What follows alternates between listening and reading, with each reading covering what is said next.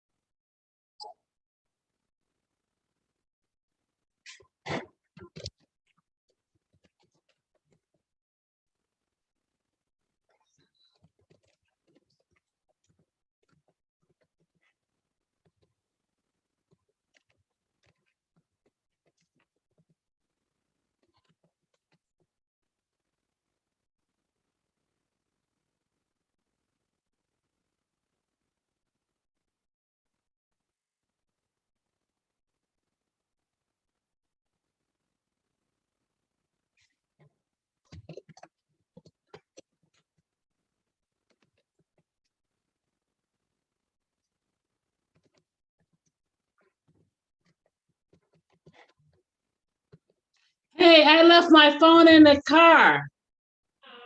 I left my phone in the car. I'm sure people have been trying to call me about the meeting.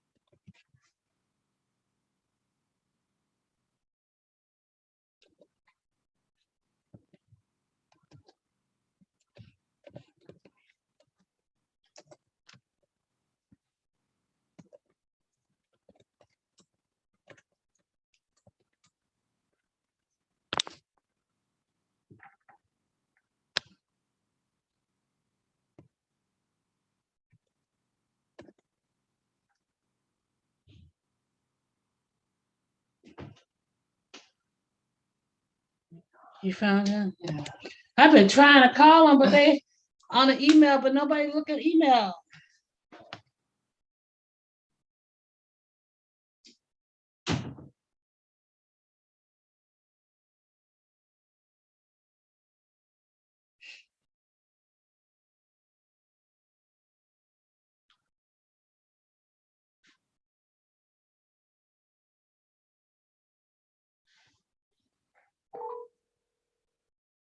Hello?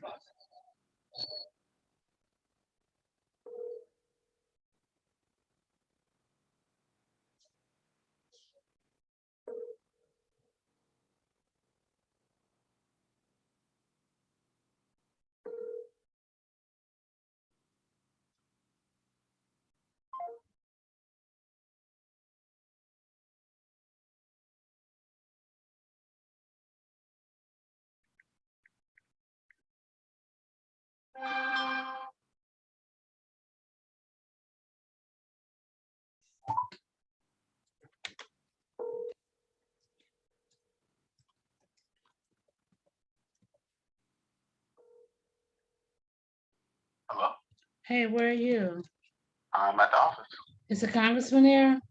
Yeah, he's up front with a meeting with constituents. You know you gotta do that upstairs, right? Yeah, But you haven't set up, have you? Because you haven't logged in. I haven't, Marquita's logged in, but you haven't. no, it's, we're waiting. We're gonna. Why does he have to wait with you? Well, okay. I'm going to go set up right now. Then. So the thing is, we are like John and the Baptist, we go before the congressman. Okay. I mean, but what were you waiting for? I don't understand. Well, I was waiting till we get closer to the time. And No, I told you everybody's 2 working o'clock up to set it up. I mean, Okay. I didn't stutter, did I? I'm just being honest. I'm aggravated because I don't want this to fail. And I want to be able to count on you when I'm not literally in the same space as you in the congressman. Okay. Otherwise, I got to get somebody else to do it. I told you 2 o'clock. I didn't tell you 2:39 or 2:40. All right. I'm going up there now to set it up. Yeah, he needs to get up there too. And I'm going to call him in a minute to tell him to get in place. Okay. Okay, thank you.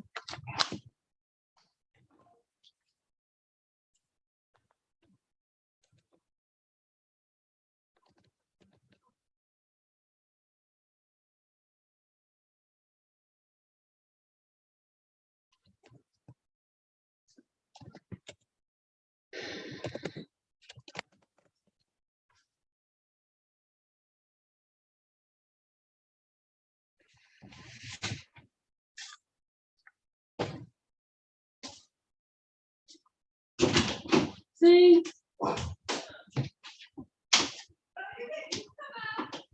Julian. I think it's had a lot done. He said, well, I was waiting for closer to the, I said, me and the congressman was waiting for closer to the. I said, you know, you're not like John Baptist. I said, Julian, I told you 2 o'clock, not 2:30. They didn't tell 2 o'clock. I didn't say 2:39. I didn't say 2:40.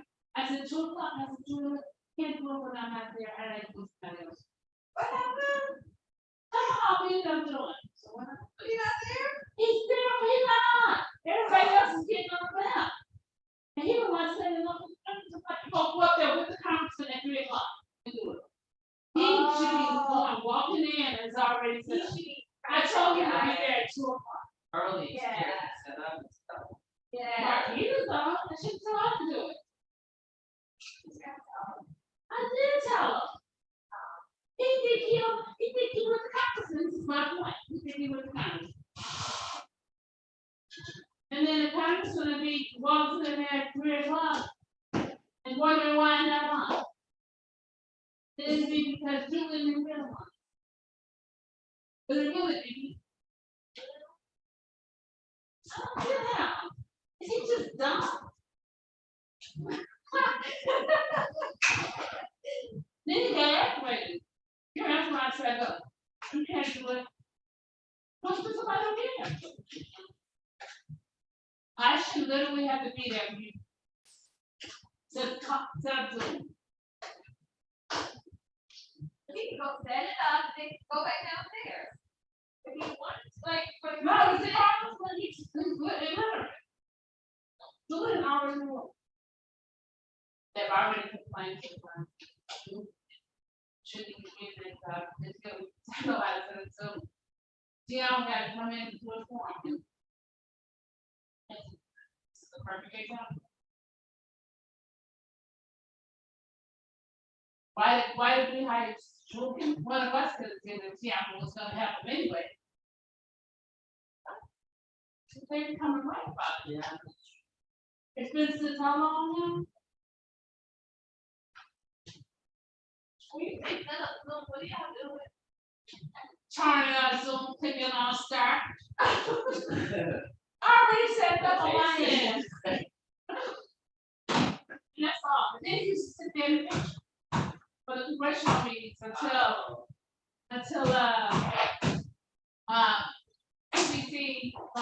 CDC, CDC said, we don't want staff to sit up there and we don't sit there. Can you set it up and leave?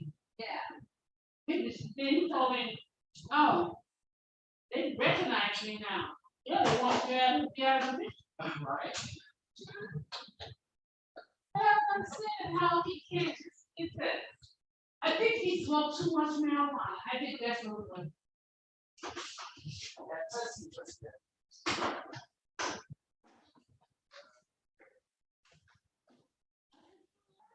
So very nice. He has a problem on his hands. The internet is out. It could be, you never know.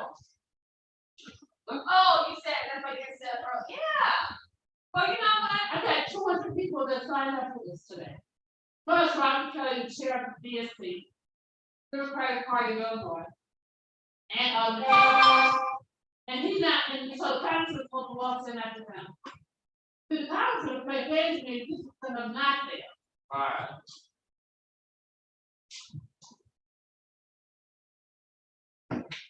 Here you said that it gets.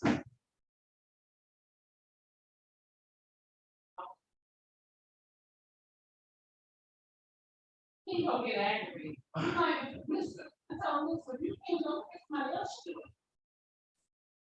One time. He started to say something. So then I'll say to the council. I don't know why he was just set it up. Even if he did have to throw his ass under. He's trying to tell you, do what you need to do. Set up now? I already set it up. I just want him to make sure that the Congressman. I'm gonna check in a minute. My key is on that, yeah. I'll control it from here. Lord knows I can't depend on him controlling it.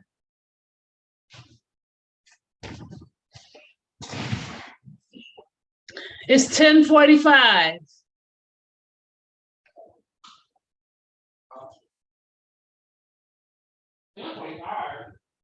It's 2:45.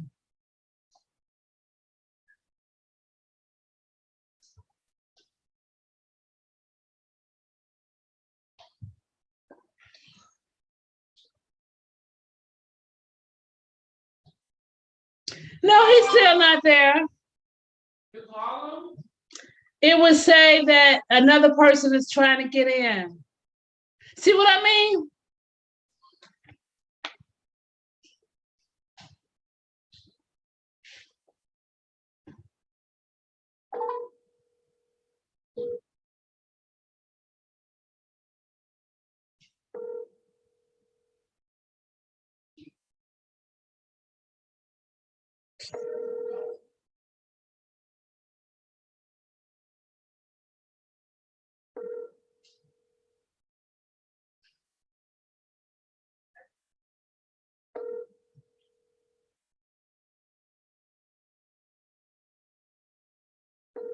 Your call has been forwarded to an automated voice messaging system. 77335.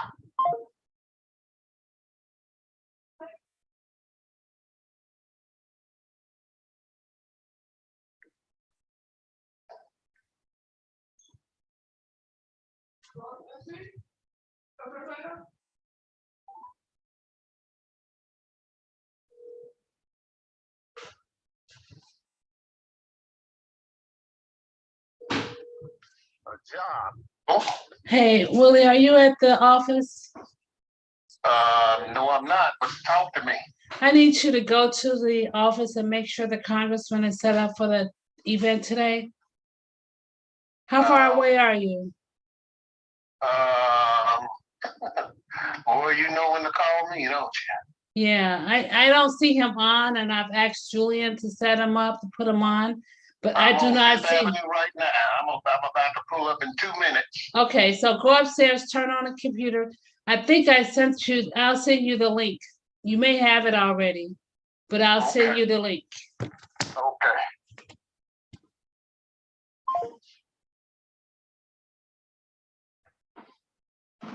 See, he don't know how to do it. He don't know he hasn't done it because he don't know what to do.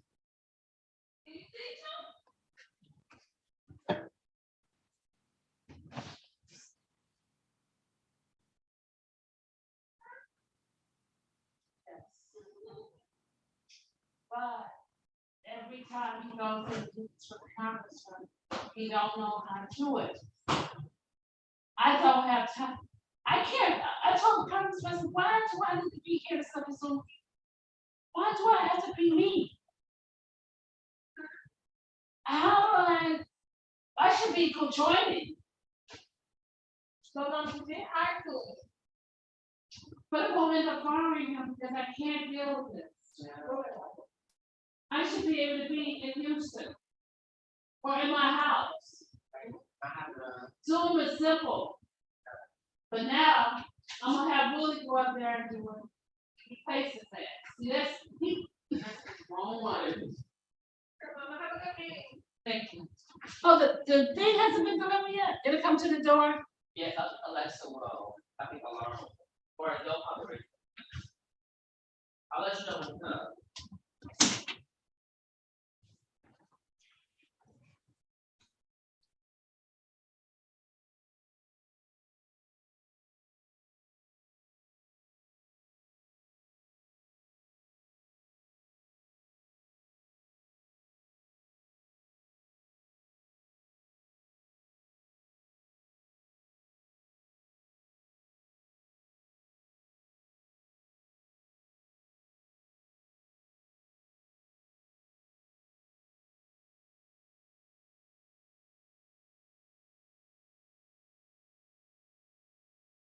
He's still not on.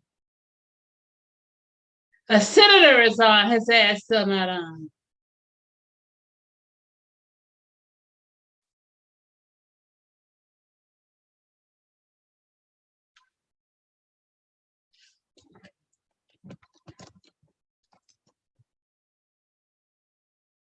Oh, now he's trying to get up. Maybe that's Willie.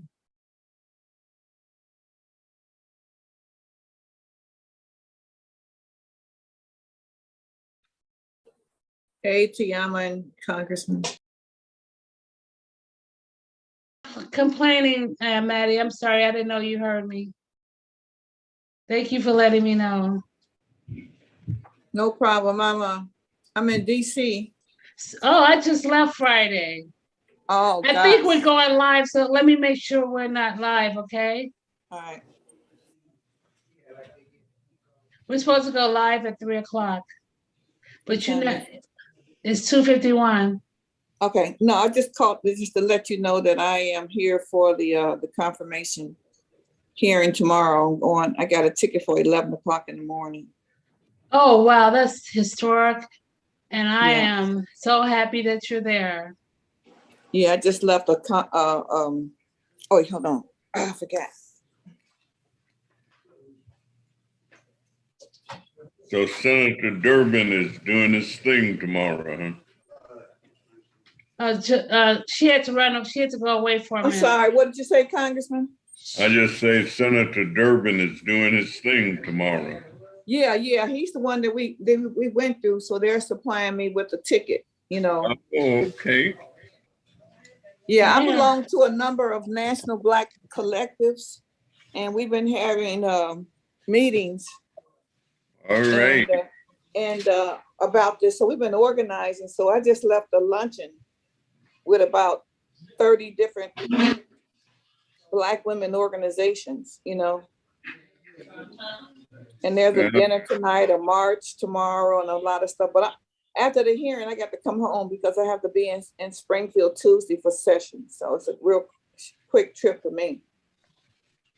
Did you, Well, they got a lot of AKAs for having their regional meeting. I know. Um, I'm an AKA. I was supposed to be speaking, but when I got this opportunity, I said, this is more important than the AKA region. National Bar Association is having their meeting in Houston. Oh, okay. So I There's guess a lot going on. this is a good time for them to be meeting. Correct.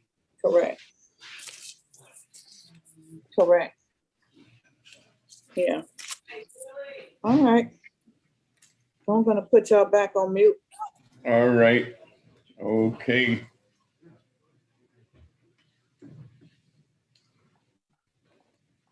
I don't know where we're at. Right, hang on.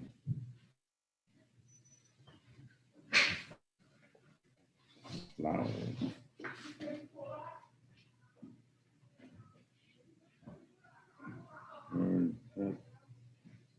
Who's that lady?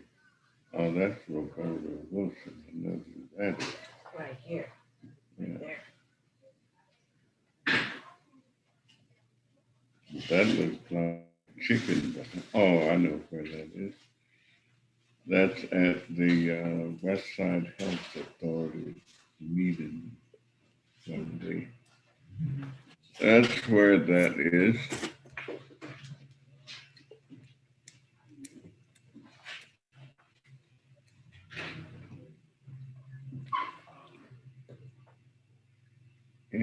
Every day.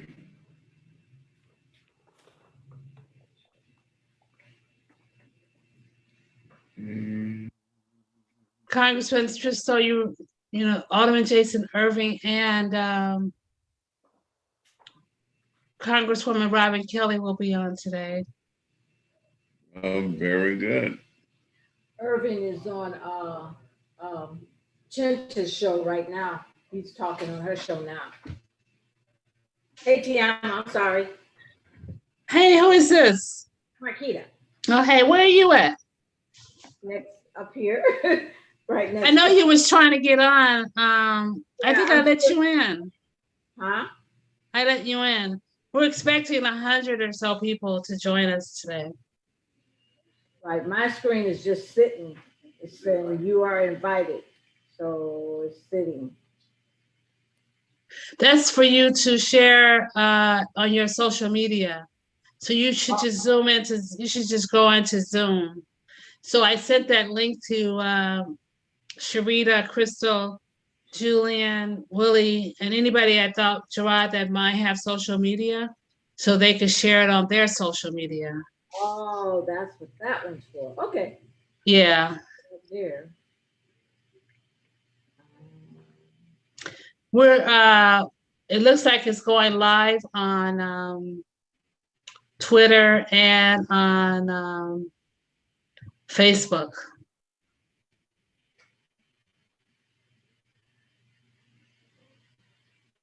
I see the logo on Facebook. Somebody said, "Good afternoon, Congressman." Well, it is an afternoon, and I trust that it's good. And good afternoon to all of us who are alive and healthy, and no bombs are falling on us. Putin can't get to us yet. He's trying.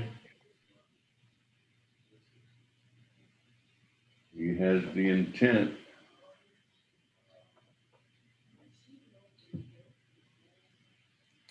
My screen is still saying the meeting host will let you in soon. Okay, that means that you're in the waiting room. I have several people in the waiting room, so I'm gonna let everybody in. Right now, it's almost 3 o'clock. Yeah, it's connected. Okay.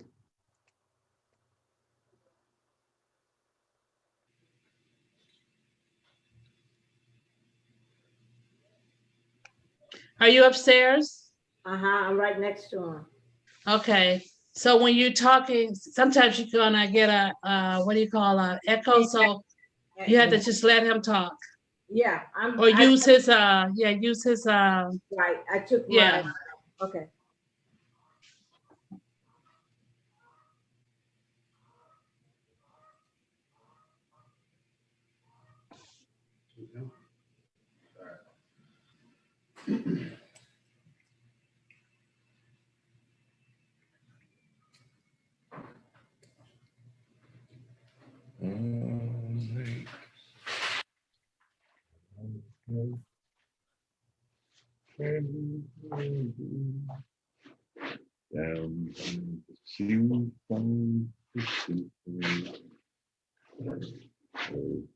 Congressman, if you wanted to, we're live on we're live now on Facebook. Very good. Very good. If you want to say something to the Facebook, we have at least 3 people signed in now on Facebook. If you want to say something to the group. I would imagine they hear what we're saying now. We are, but I mean something official.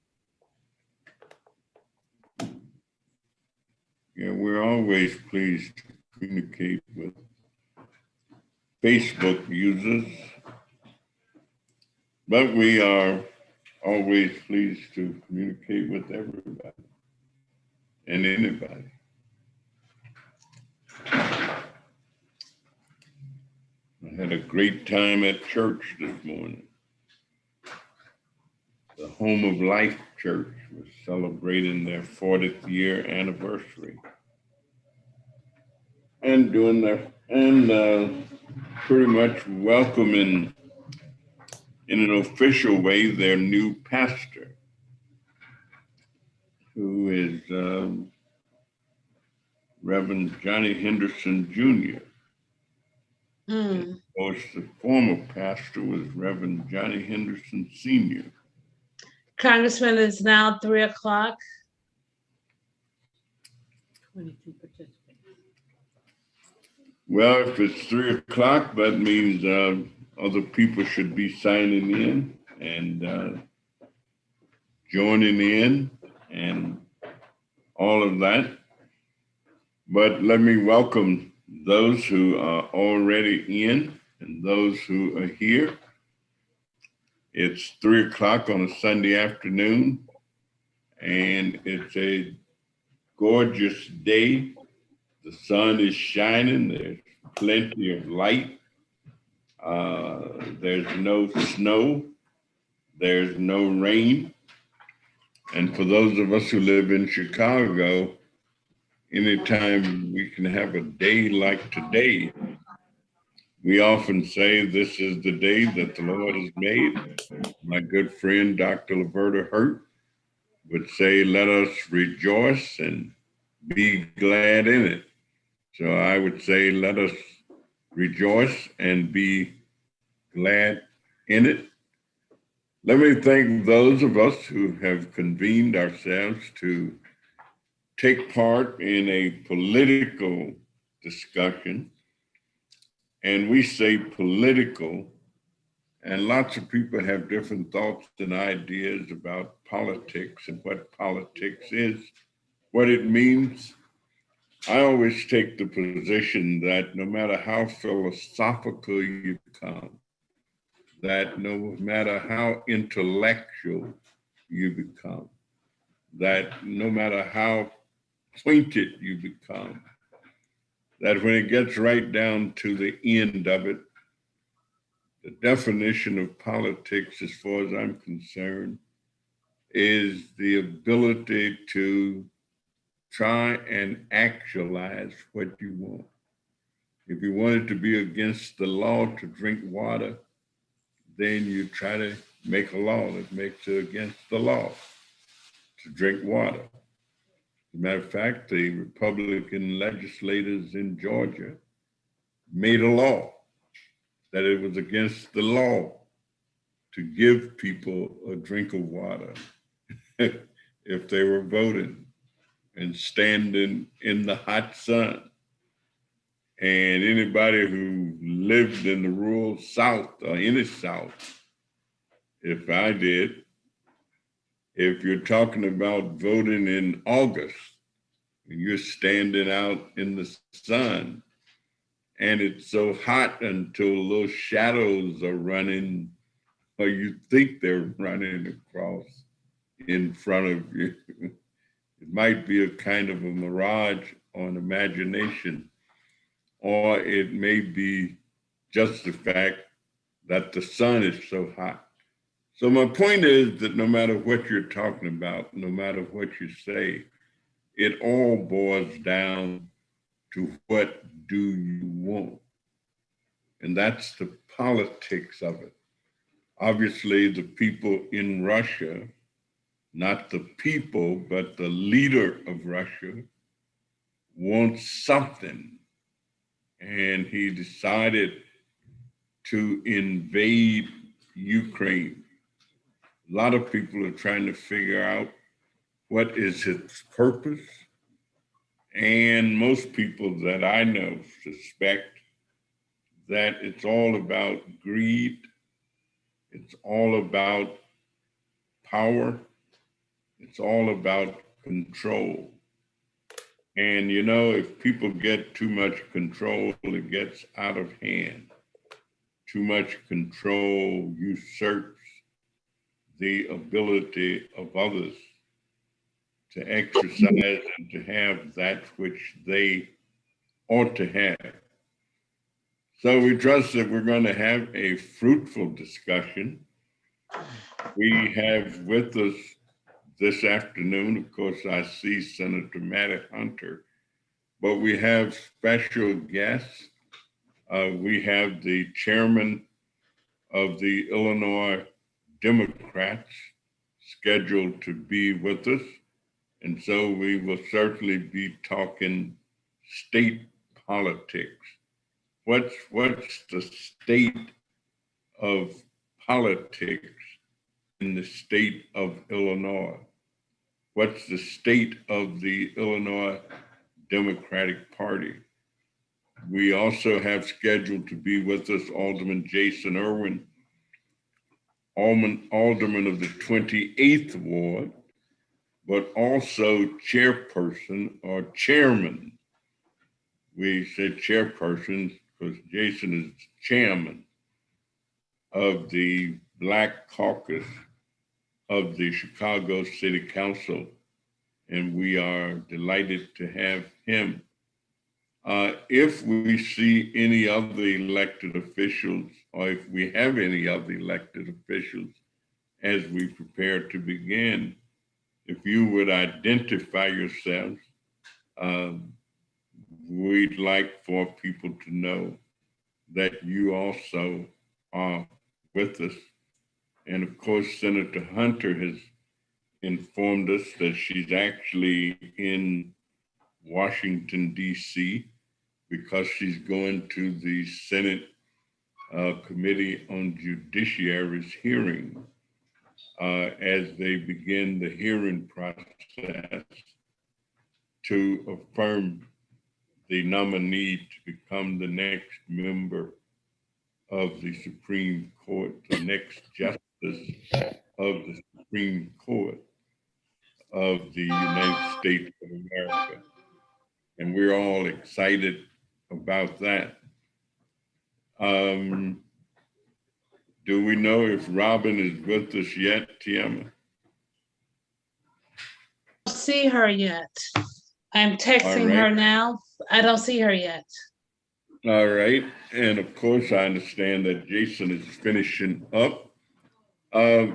Senator Hunter, could I ask you to just share a little bit of your excitement and anticipation as you're in Washington, D.C., preparing to participate in the hearing on tomorrow with Senator Dick Durbin, who chairs that committee.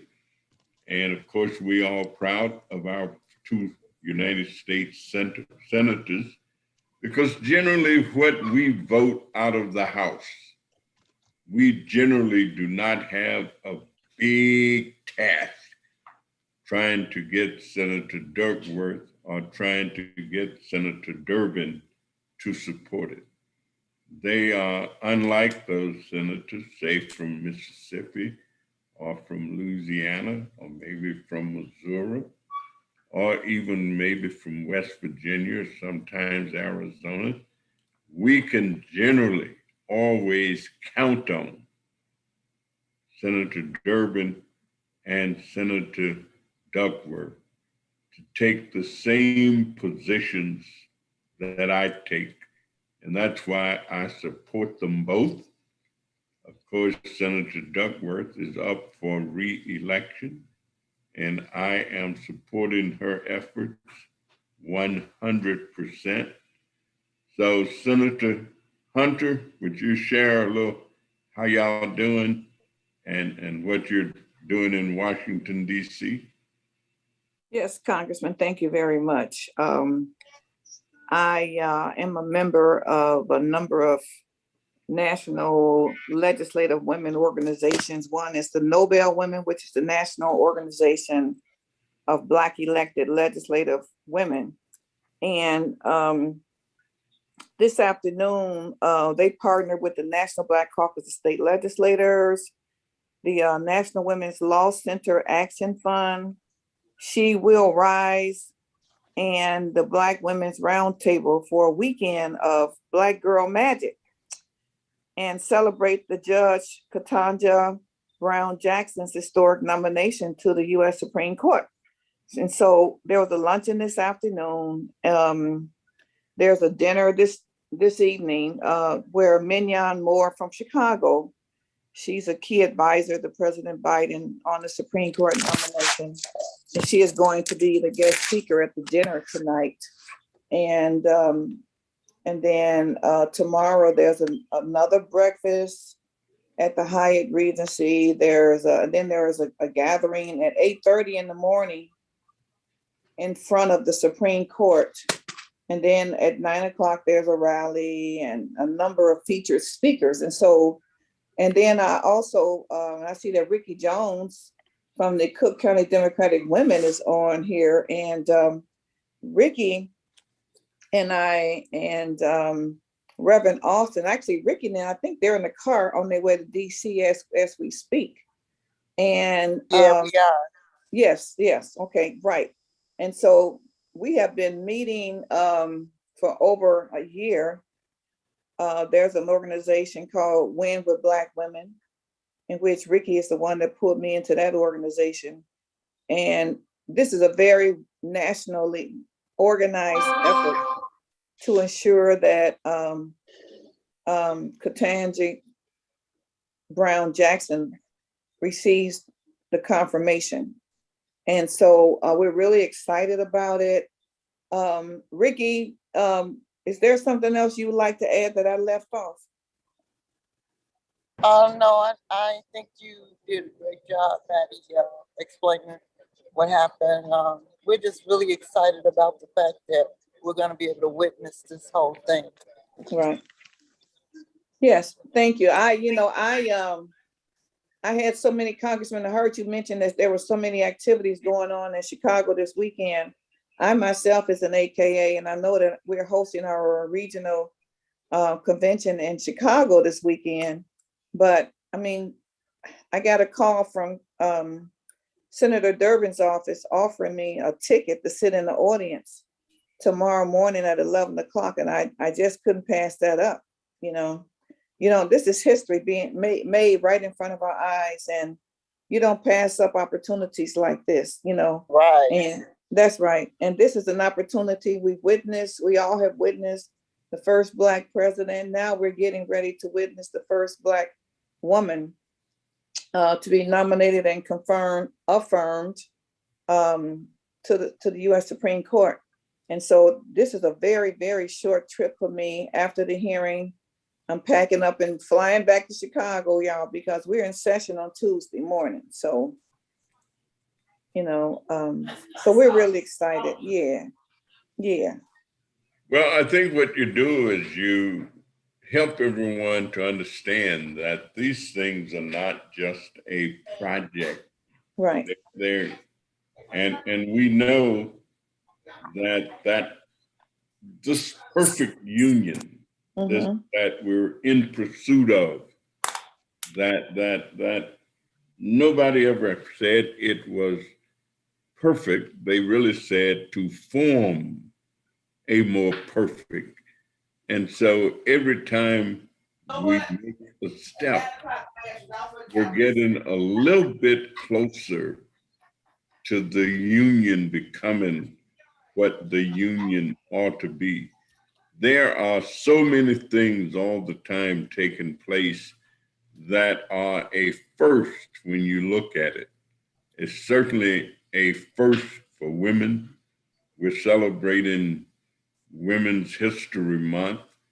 And so there are many firsts yet that women still have to crack.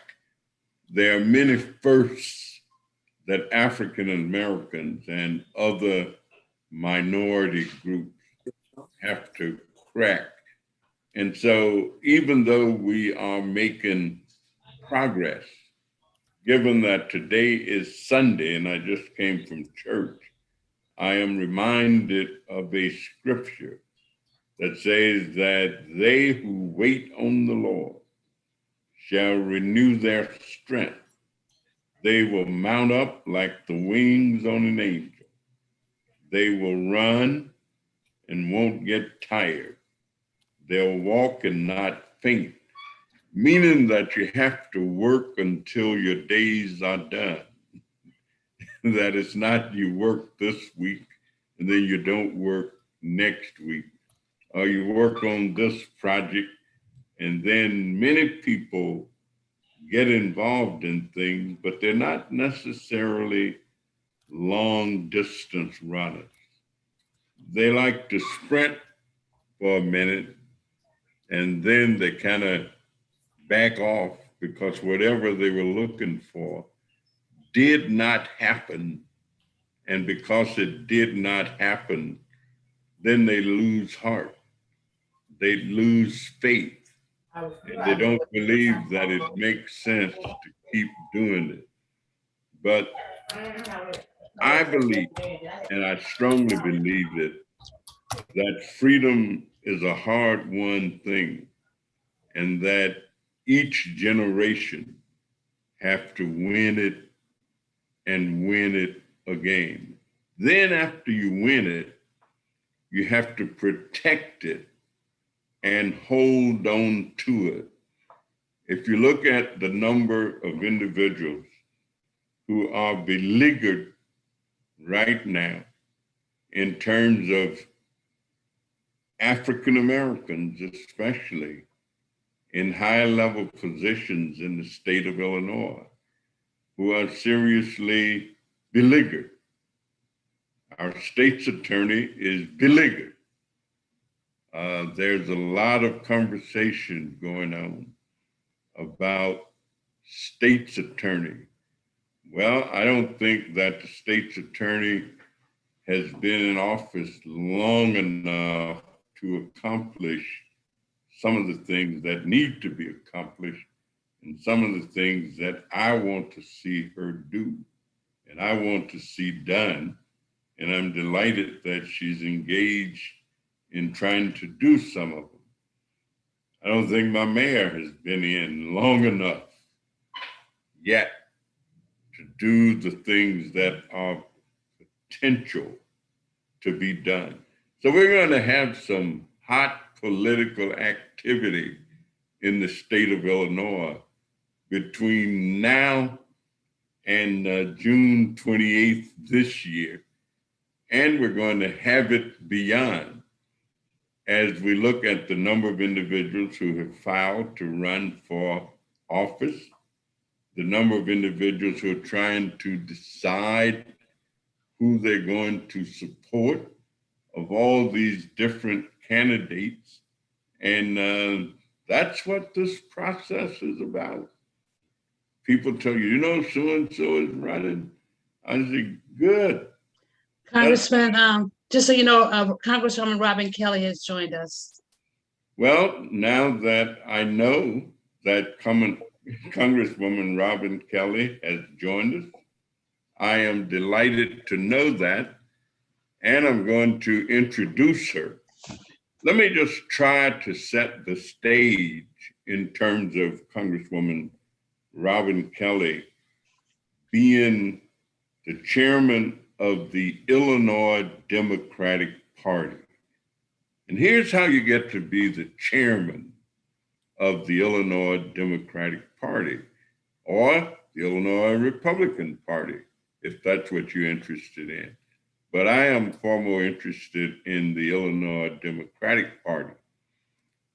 Every congressional district in the state of Illinois has two what is called state central committee persons. One is the committee man, one is the committee woman. Those individuals become essentially what one could call the board of directors for the Democratic Party of Illinois. Then that board selects from among its members a person to be the chairman of the Democratic Party. And they all have an opportunity to vote on who's going to be the chairman. Now, I know that the former chairman was chairman so long until people thought that you was just decreed to be the chairman, but that's not quite the way it was. The state central committee men and state central committee women vote for someone to be the chairman. The vote this round, we voted and we elected Congresswoman Robin Kelly from the 2nd Congressional District of Illinois to become the chairman of the state Democratic Party. And I'm very pleased and very proud to know that my colleague, I know that she is one of 2 African-American women who are chairman of state Democratic parties. Chairwoman Akima Williams from Georgia is the chairman, and Chairman Robin Kelly of the 2nd District of Illinois is chairman. And Robin, we are delighted that you are with us. Thank you so much. And the floor is yours. Well, thank you, my colleague. Happy Sunday. Good afternoon. And hello to the 7th District of Illinois. It's really an honor for me to be with you today. As my colleague said, I'm the chair of the Democratic Party of Illinois, just celebrating my 1st anniversary a little bit earlier this month. The night that I won, I said I wanted a party to be that's more open, more present, more active, more inclusive, and more diverse. And that's what I've set out to do in this past year. I have traveled the state a number of times, haven't hit every place yet, but wanted to do a listening tour to see, how people felt. And, as you can imagine, people say that, Illinois is so blue. Yes, we're so blue in certain places, but we're blurple, we're purple, and we're downright red in areas, especially as you head downstate. When I was a state representative, downstate was still blue, but now not so much. So we are trying to do everything we can to bring Dems back into the fold, to register more Dems, to get Dems voting. We are trying to touch it doesn't matter where you live or what your zip code is. We want you to feel like a valued member of the Democratic Party. I know people in rural areas feel more left out or written off, that everybody's a Republican, and we know that simply is not true. We want younger people involved. You're our future. We need you. We're making decisions about your life right now. And all kind of ethnic groups. We want everybody to feel like they have a home in the Democratic Party. Do we always agree? No, but you don't always agree with everyone in your family. But the bottom line is that we have to see the goal. We have to be in it for the big picture. And I'm going to tell you, November 2022 is so very important. We cannot afford to lose. And where Representative Davis and I serve, we certainly cannot afford to lose. We are hanging on by the hair of our chinny chin chin right now. And the Senate is 50-50. So we need everybody across the United States coming out to vote and vote democratically. The reason Illinois has been able to do some of the things they've been able to do, and they've done a really good job with legislation that's been passed, bills that have been paid. It's really wonderful. We are certainly headed in the right direction. But federally, we were able to spend money because of the American Rescue Plan, which was really important for the first time in a long time. Infrastructure bill, child tax credits, all of those different things were so important. And believe me, if Democrats were not in charge, that would not have happened. For the first time in many years, we even have community projects that we can support that we're bringing back home. So, I asking, begging, for you, your friends, your allies, your family to please make sure that people are registered to vote and they come out to vote. As far as the Democratic Party, we are concentrating also heavily on once the primary is over, the Supreme Court races. We cannot go the way of the US Supreme Court. We have to make sure that we're sending Dems to the Supreme Court, but also we are trying to modernize what the Democratic Party of Illinois does. I formed an operations and policy group to look at our policies. We have recruitment and training. We have a communications group, and we have a digital group. And we're trying to give the best customer service that we can possibly give and really build a strong foundation, not just for now, but as we go forward year after year. And it is very different. I replaced someone was there many, many years.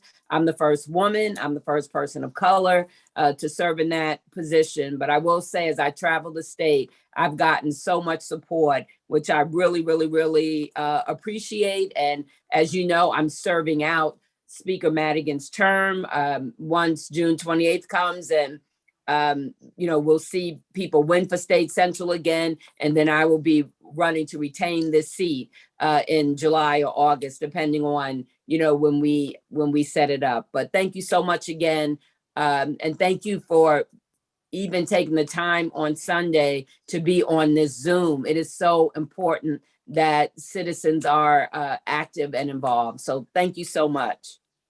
Well, thank you, Robin. And let me just say, I think that you're doing an outstanding job moving across the state, getting people involved, getting people engaged, motivating, stimulating, activating. I'm actually, Everything's off and I'm closing out. when we came in, we had no emails, believe it or not, and now we have over 100,000. We also have over 200 volunteers at the ready to to help people that need help. So we're really proud of what we've been able to accomplish, but there's more to go. Well, let me open the floor. I'm sure there are some people who might have and do have some questions that they'd like to inquire about. Sure. So if someone has a question, please go right ahead and let us know. And I'm sure that Brother Gator, I got a question. Go right ahead. Congressman and Congresswoman, I know y'all do fine work. I just have one question. Is it possible that y'all can try to set up a committee that deals with corporate systemic racism? Well, I don't know if you're talking about on the local level or federal, but federally in financial services, Congresswoman Joyce Beatty, under the leadership of Congresswoman Maxine Waters, did set up a diversity and inclusion new committee, and that's specifically for industry or corporations, tech, financial institutions, and things like that. I don't know if that's what you mean. Hey, I just want to say, to God be the glory. Thank you. That's right on time. We have I in appreciate Ways and Means also we have a racial equity task force co-chaired by Terry Sewell from Alabama and Stephen Horsford from Las Vegas. Now, this is not necessarily all the way across the board, but I think Congress itself, under the leadership of Nancy Pelosi, is very open in terms of dealing with the question and the issue of race and the recognition that our country has stagnated itself in many ways with racial injustice, with lack of opportunity, and with removing some of the barriers that have kept African Americans and other groups from a feeling that we're first class and have the same opportunities as anybody else have, and that we have some special needs that must be met if we're going to catch up. So Gator, thank you for that question. Very important one. Okay, Thank you, Congressman, then I have a question for you. we have Ricky Jones, Phyllis Logan, and then Sister Yah. They've raised their hands in that order. All right. Go right ahead. The first one, Ricky. Hey, Rory Congressman. Hoskins. Hi, Congressman Davis and Congresswoman Kelly. First of all, I just want everybody to know that we know that Congresswoman Kelly is doing an awesome job as the chair of the Democratic Party, not as the first woman chair, not as the first Black chair, but as a chair. She's doing an awesome job. Well, I don't have to say that, but in my opinion, she's doing better than anybody ever did before. So I just want us to know that we need to talk to our state central committee people and let them know that we want to keep somebody that has been working as hard as Congresswoman Kelly, going all over the state, making sure that things go right for us. And there's a lot of issues that Congresswoman, both of you all work for. We are just so lucky in Chicago. People ask me, well, what are you all doing in Chicago? I said, we've been blessed by the Lord with great leadership. So I just want you to know that we love you, and Cook County Democratic Women has your back, and we're going to make sure that we talk to every state central committeeman and woman and let them know that we expect Robin Kelly to be elected in June or July, or whenever you all do the election. We expect her to be elected because if it's not broken, don't fix it. And it's finally fixed, so let's keep it fixed. That was my comment. Thank you very much, Jones. And next person is Mayor Rory Hoskins from Forest Park, Illinois. Hello, Congressman. Thank you for having me on today.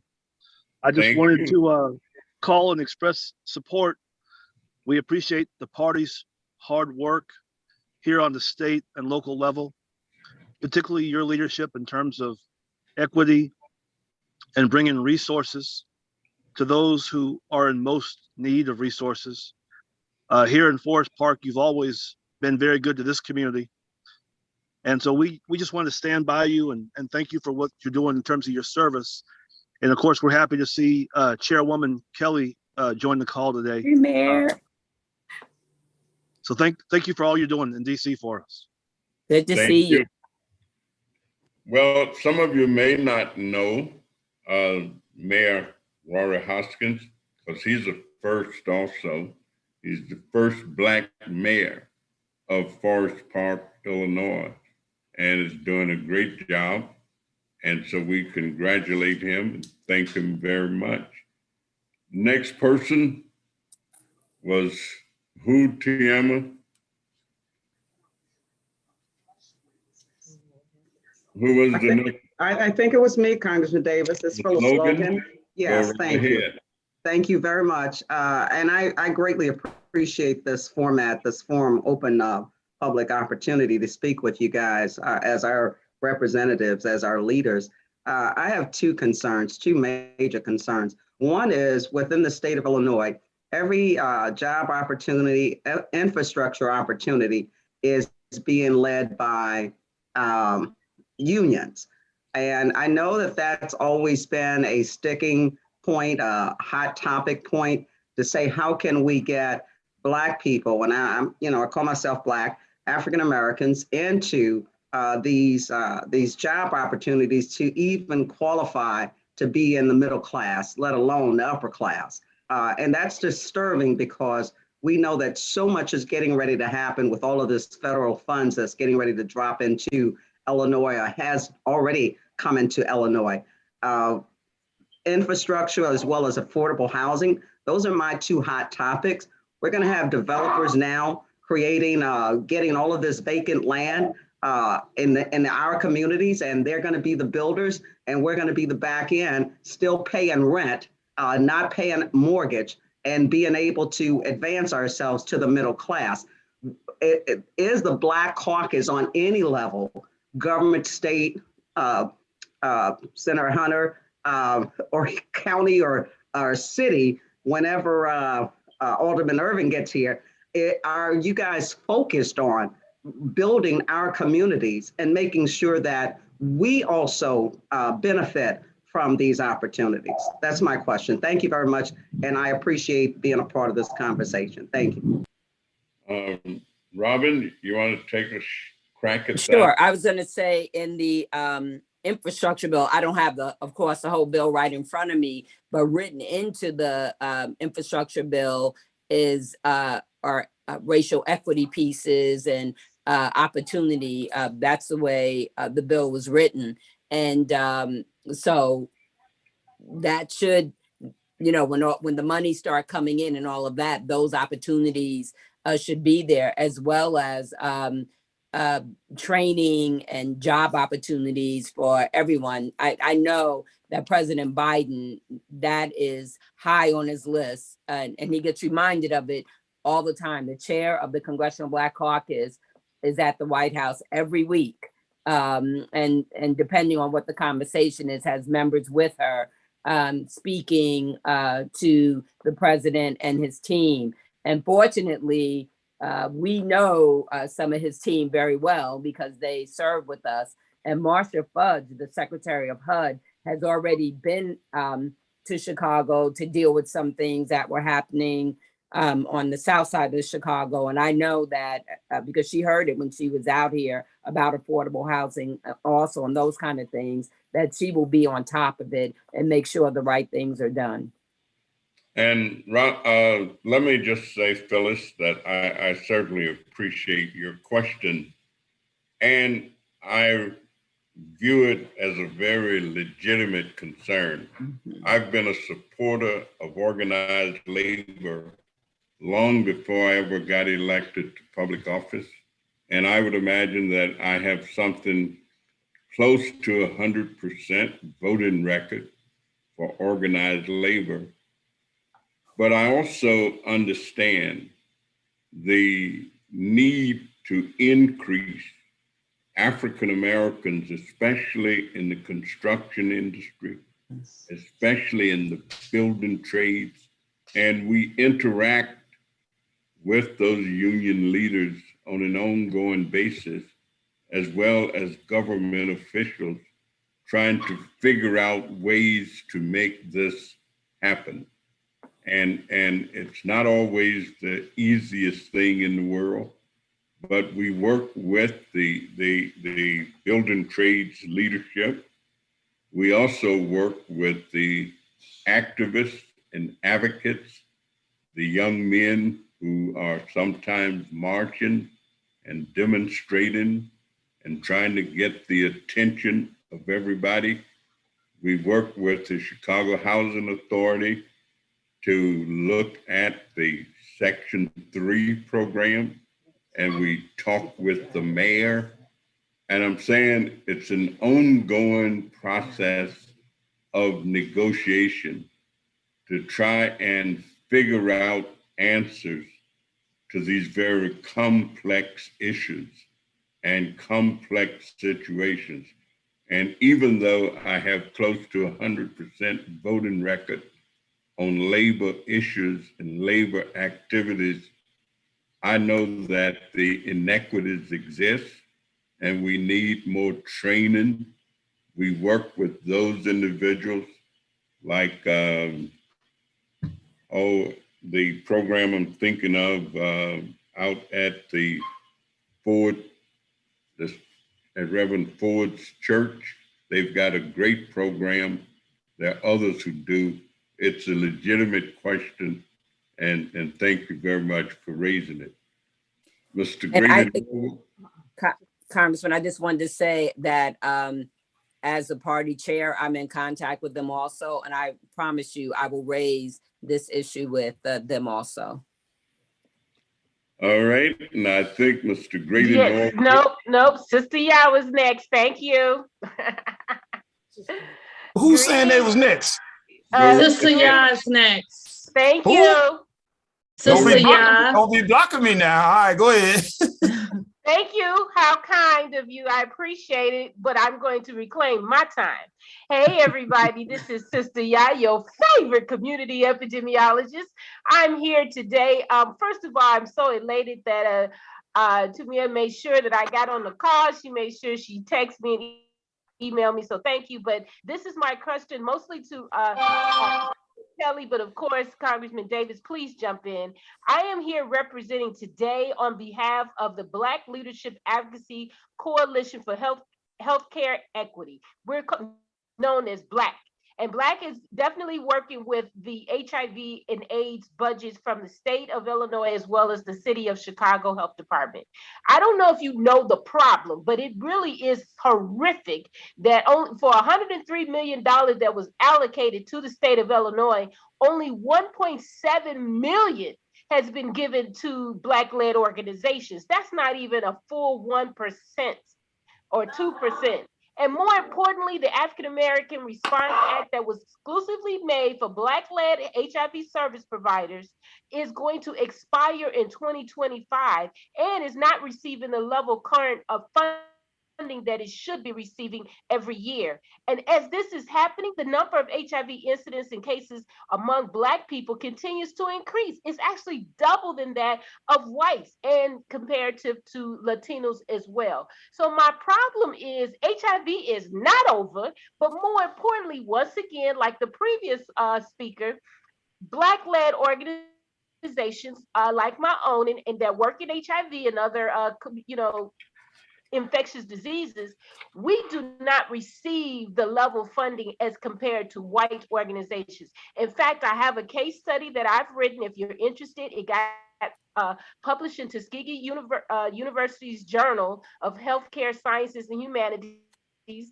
So I'm in there with people from the White House, and here it is, my own Congress people don't even know that this is happening, and I've written a case study against this budgeting era. I want you all to investigate the Illinois Department of Public Health as well as Chicago Department of Public Health to find out why these inequitable fundings persist.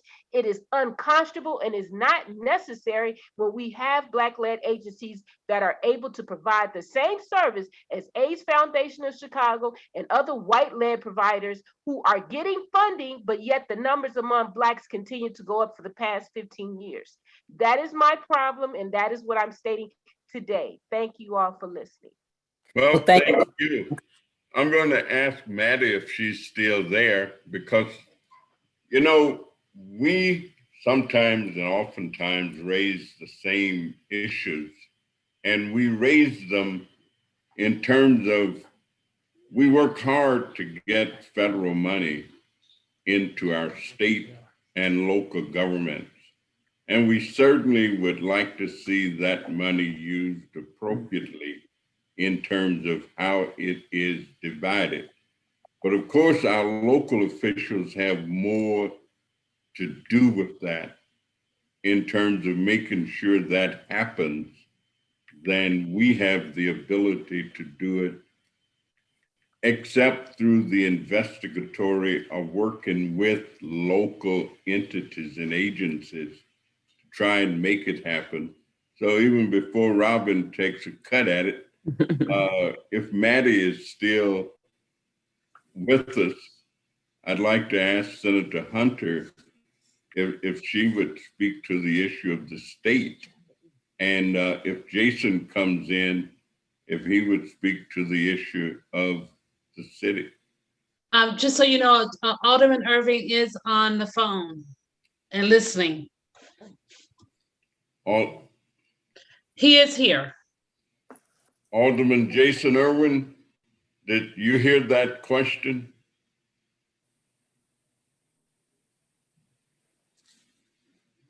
Maybe not in terms of the question. Yes, I heard the question. Yeah. Congressman, I heard the question. Yeah, can you hear me? Yes. Okay, yes, I heard the question in relation to the funding mechanism for Black-led organizations focusing on not only just HIV, but Black-led organizations in particular. As it relates to HIV, I know we've been working with State Rep Lamont out of I think he's out of the 3rd district on that very subject, and working to get more funding for Black-led organizations working around HIV, AIDS, transgender, LGBTQ issues. So what she's speaking of is true and it's appropriate, and we all have to continue to fight for additional funding and resources for Black-led organizations in that space. All right, then thank you. Robin? Yeah, I'm on energy and commerce, and much like the Congressman said, we also have a racial equity piece, dealing with health and, our other topics. And a big part of my work, again, is dealing with the health and equity. So I'm glad you shared that. I mean, we have control on the, federal level, but we are challenging, trying to help organizations become aware of, and that's what I do in my district, become aware of what's available. I can't write the grant for you, but I can be, in my district and be a reference for you, but we try to help Black-led organizations as much as possible. And we know that this is an issue because, like I said, we work on it on the federal level, and we're trying to work the diversity piece into everything, clinical trials, what vendors are used. I'm working on a bill right now with John Rogers. It's not just about healthcare and HIV, but in general across the board that I think somebody else had referred to. But I know it's an issue, and we are definitely trying to work on that on the federal level, that everyone can get a piece of the pie. And really going back to, again, this is some of the what's written into the Build Back Better bill that we're still trying to get passed, more equity in healthcare also, and who gets the money. Thank you. I think I did see Senator Hunter come back. Yeah. So, yes, thank you, Congressman. I did not hear the full question, but I'm almost sure that there is some I know that there is some ARPA money, federal dollars left over for COVID-19. I don't know if the sister applied for it or not, but I suggest if you could call your tomorrow, call your state rep and your state senator to see if they could put in a request for you, which is what everyone else is doing. I know that, we normally adjourn May 31st, but this year we are adjourning early, which is the 8th, Friday, the 8th of April. So we have about 3 weeks left of session. And so things are moving really fast in Springfield. So I suggest if you can contact your state rep or state senator tomorrow and ask them if they could put in a request for you to receive funding for your organization. All right, thank you. But And let more me just add, specifically, we just needed to keep going. It expires in 2025 and we wanted to extend it, but thank you all for listening and whoever Well, else was on to support it. okay, but The you African need to American understand. Response Act. But you need to understand that the Congress is responsible for extending the money past 2025. The money we have until the 2025 to spend it. At the rate we're going, I don't think we're gonna make it to 2025 because there are so many needs out there. And so I suggest that you request funding as soon as possible. I'll grab well, something. let me just add to that we work in every way that we can to direct and get as much resource, money. We actually provide opportunities to help individuals learn the process of grant writing. We hold grant writing opportunities for not-for-profit charitable organizations. We're trying to get the best proposals into these entities of government. We also march with people who want to march. I'll march around City Hall with my aldermen if they want to march around City Hall to bring attention to the mayor and the commissioner and people who make those decisions. But really, we think that each unit of government has the authority and the ability. The federal government has been very proactive in terms of funding HIV, AIDS, and funding for COVID-19. As a matter of fact, many state and local governments have surpluses in their budgets because they have not spent all the money that was appropriated and sent to them. So we'll work hard with you. We'll fight hard with you to try and make sure. As a matter of fact, the governor is going to be in the 7th district on tomorrow at HSI, that I understand. And he's also going to be in the 7th district on Friday, where he and I will be discussing politics and state of the government at both the state and national level.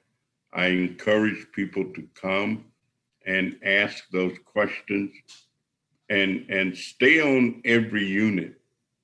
Stay on those of us in Congress to make sure that we get as much resource back to our states, and stay on your senators and state reps and your aldermen to do that. So thank you very much, Sister Ya, and thank you for what you do.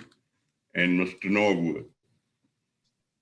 Thank you, Congressman, for having this. I love this dialogue. Just 2 questions. I know Phyllis kind of hit on it, and then you also kind of came up.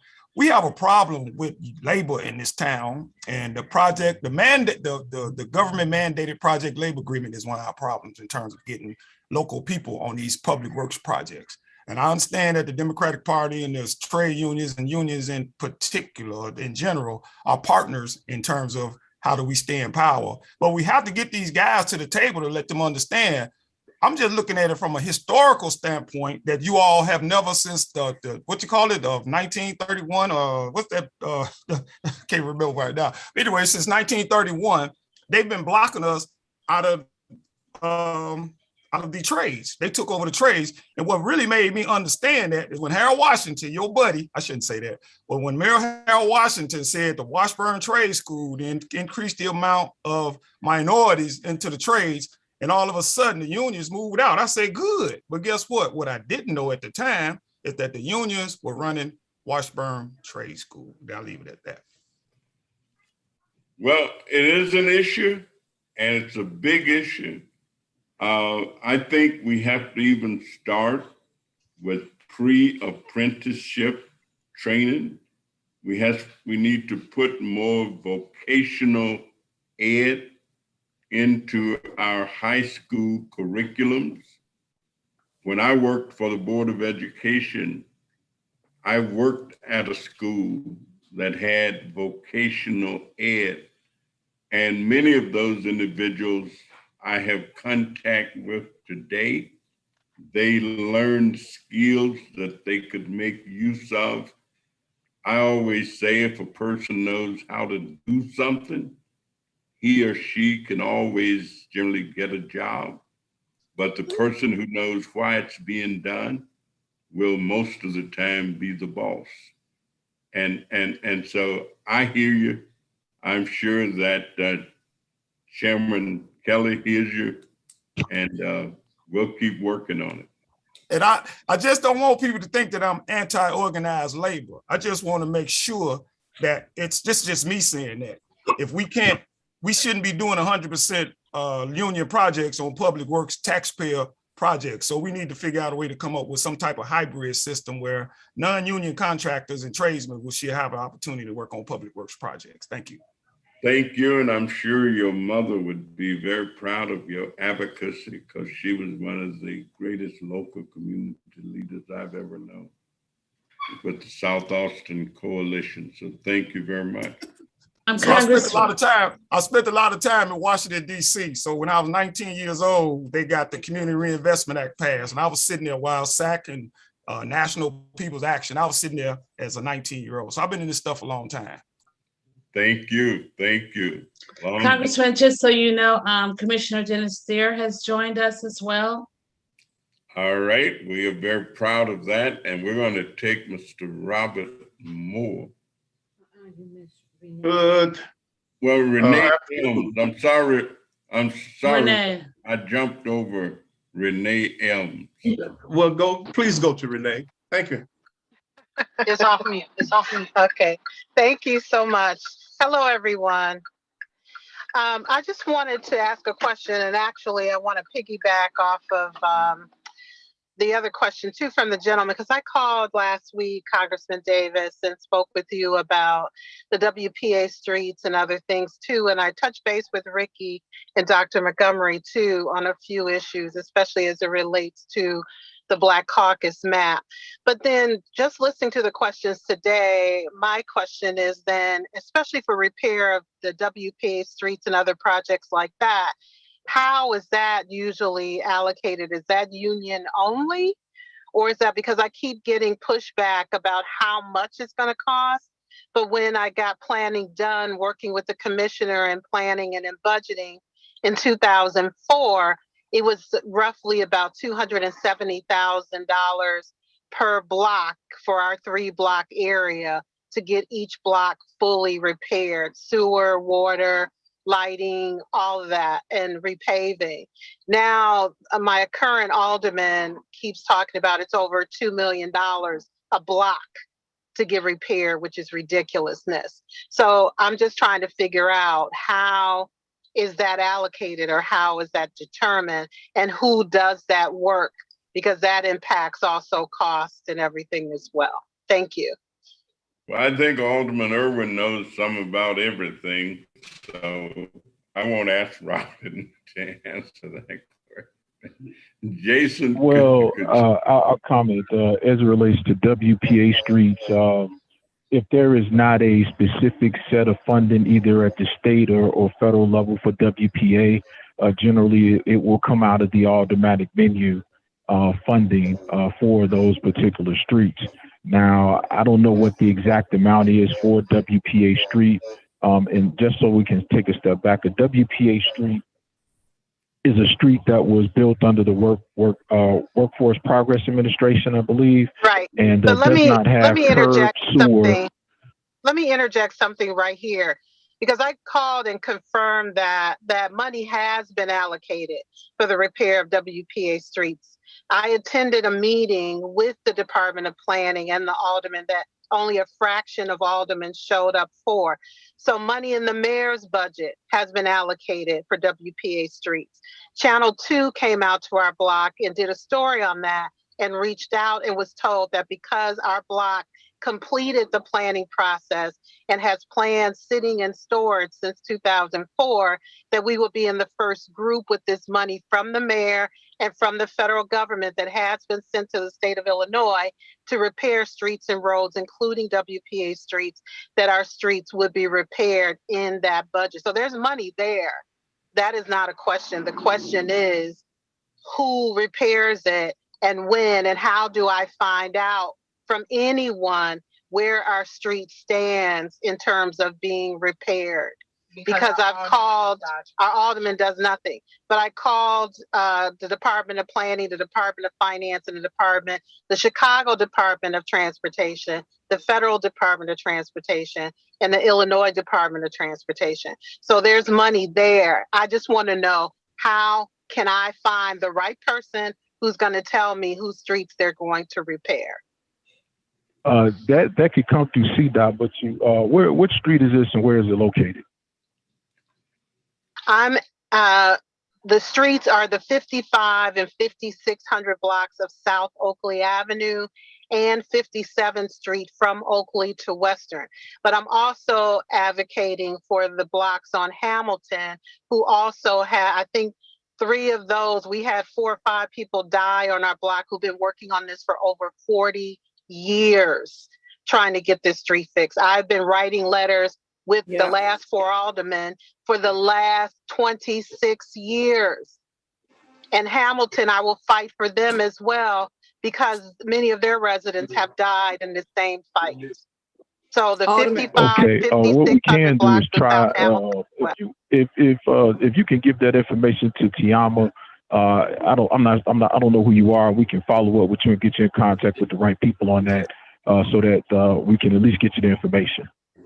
Thank you. I appreciate that. And I will work with whomever I need to make sure it happens. Thank you so much. I will email her my email address, which she has, I think, already, but I will do that in the chat. Okay? Alderman Urban, just so you'll know that myself and the late Commissioner Robert Steele have been working on that same situation, that same block with the city and the county since 2003 or 4, as Renee has indicated. And we just simply have, I think Robert was making more movement than I was with the state prior to his passing. And so if there's anything that you can do and anything that I can do to help, I would appreciate it, because well, let me just say this: if there has been money allocated for it, and if it's just in something about execution, then that should not be very difficult. However, if there isn't money allocated for it, I can tell you from the perspective of being an alderman, those are very expensive streets, and of the menu money that we get on an annual basis, which is now $1.5 million, to expend that amount of money on one block when you have an entire ward to deal with may be a little challenging. So one good thing is that we've got a lot of extra funding now. I know the state has some money and the city has some money, and this is now the time is to ask and to make sure that that gets followed up on, because we won't have this type of money anytime in the near future. So now is the time to strike, because the irony is hot on this. Yes, and then I want to ask a question. How do aldermen then spend TIF money? Because millions of dollars get spent on TIF in and around me. Our blocks all are bordered by CSX. And with that, there's TIF money being spent on all levels. CSX also has allocated money to the neighborhood that we never, ever see. And we never get any notification. I don't know. Yeah, I don't know about what CSX is doing as it relates to funding. I know that on the TIF funding, generally between the mayor and the local aldermen, those dollars are utilized in those respective communities.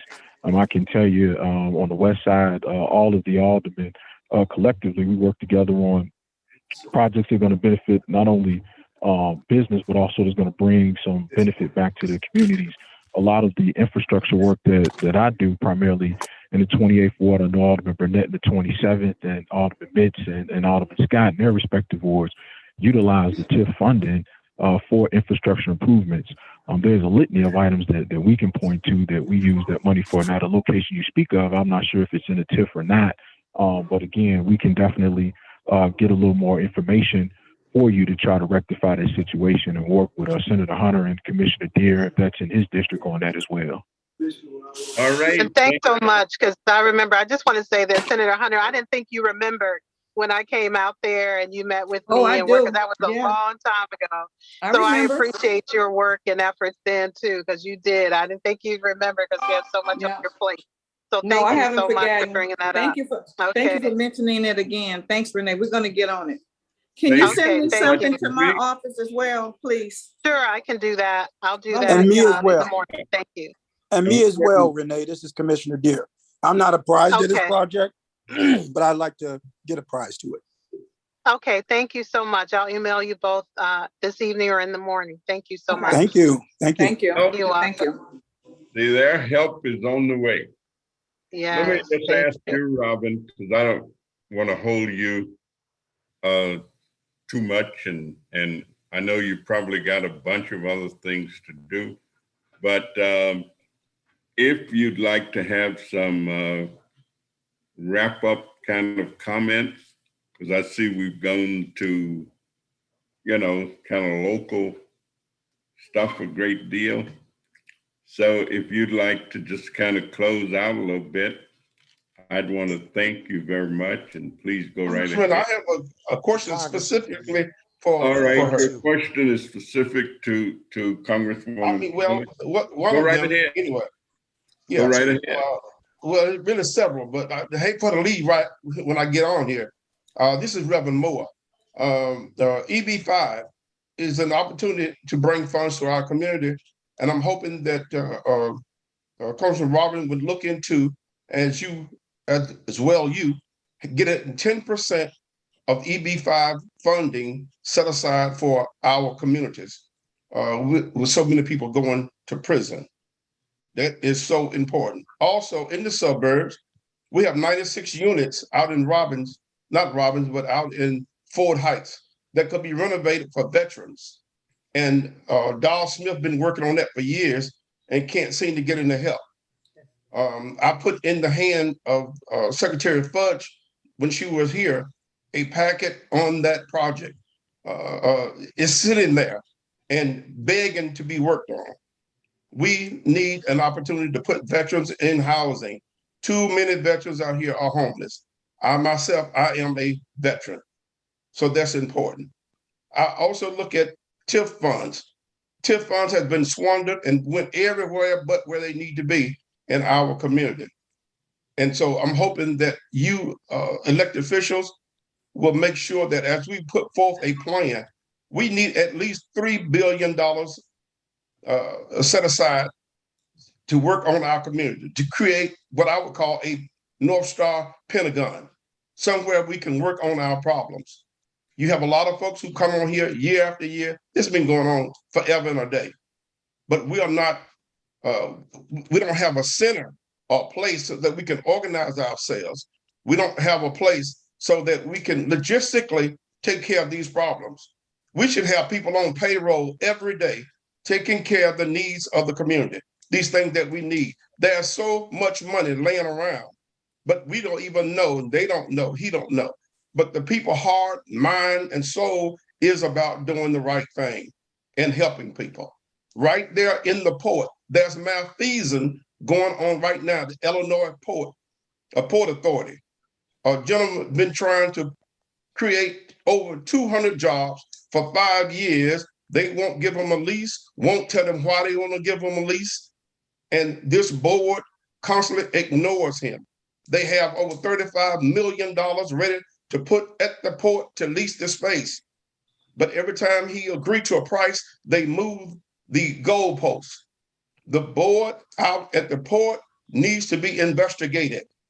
I promise you there's malfeasance. There's proof of it. And the guy that used to be the executive person, Harris, that was running it, was trying to run a game, trying to take the ideas of the investor and sell it to people that's already in the port. But they couldn't pull it off because they don't have the money nor the know-how. And the other thing, and then I'll digress.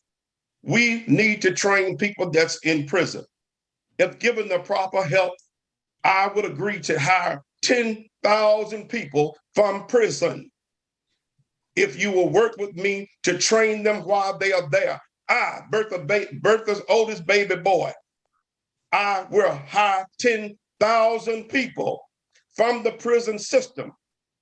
I will give them jobs. They can work for me. I'm a veteran. I'm a developer. I'm a builder. I've been doing this over 43 years. Hiring people is easy. I'll buy up all the vacant houses. That's why we need $3 billion fund. And no one should be able to touch the fund unless you can guarantee a job. I have the intellectual property to put people to work. And we have churches with folks sitting doing nothing every day. People coming out of prison, nothing to do every day. And then you wonder, why is it that we have violence? Why is it that they killing each other? I told Mayor Daley many years ago, if he didn't help me take care of things in my community, it would spread to the north side. You cannot contain chaos. I don't care how hard you try. And now white folks are talking about leaving town because my brothers and sisters is jacking them. I understand why they jacking them, because you didn't do anything for them. The Democratic Party has left Black folks behind. You are too damn afraid to fight for us. You ought to be ashamed of yourselves for letting white folks take us and dog us and look at our community. I'm tired of it. And it's time now to do something about it. Quit playing games. Open up the doors. Help me to train people in prison. Do you realize that all them folks in prison, most of them don't have a GED? And the prison wards tell me, well, we don't have any money. Do you realize you can go set up television screens inside the prison and take 2 teachers and teach every damn body in the prison system? Big Mama said, baby, common sense. And I really don't want to get all carried away too tough, but I'm sick and tired. And then, by the way, Congressman Davis, when you first came on, you were talking about what did politics mean. It's real simple. And Dr. King said, it's who get what and how much. That's what politics is. And now it's time for us to create a center. We need $3 billion set aside. I don't care who it comes from, the city, state, county, federal. The president himself is guilty of locking up millions of people. We are now prepared to hire these people, train them while they're in prison, and when they come out, put them in jobs, put them in homes so they have somewhere to live. I guarantee them a home and a job. It's easy to do when you ain't being greedy and stealing and taking from people. I need your help.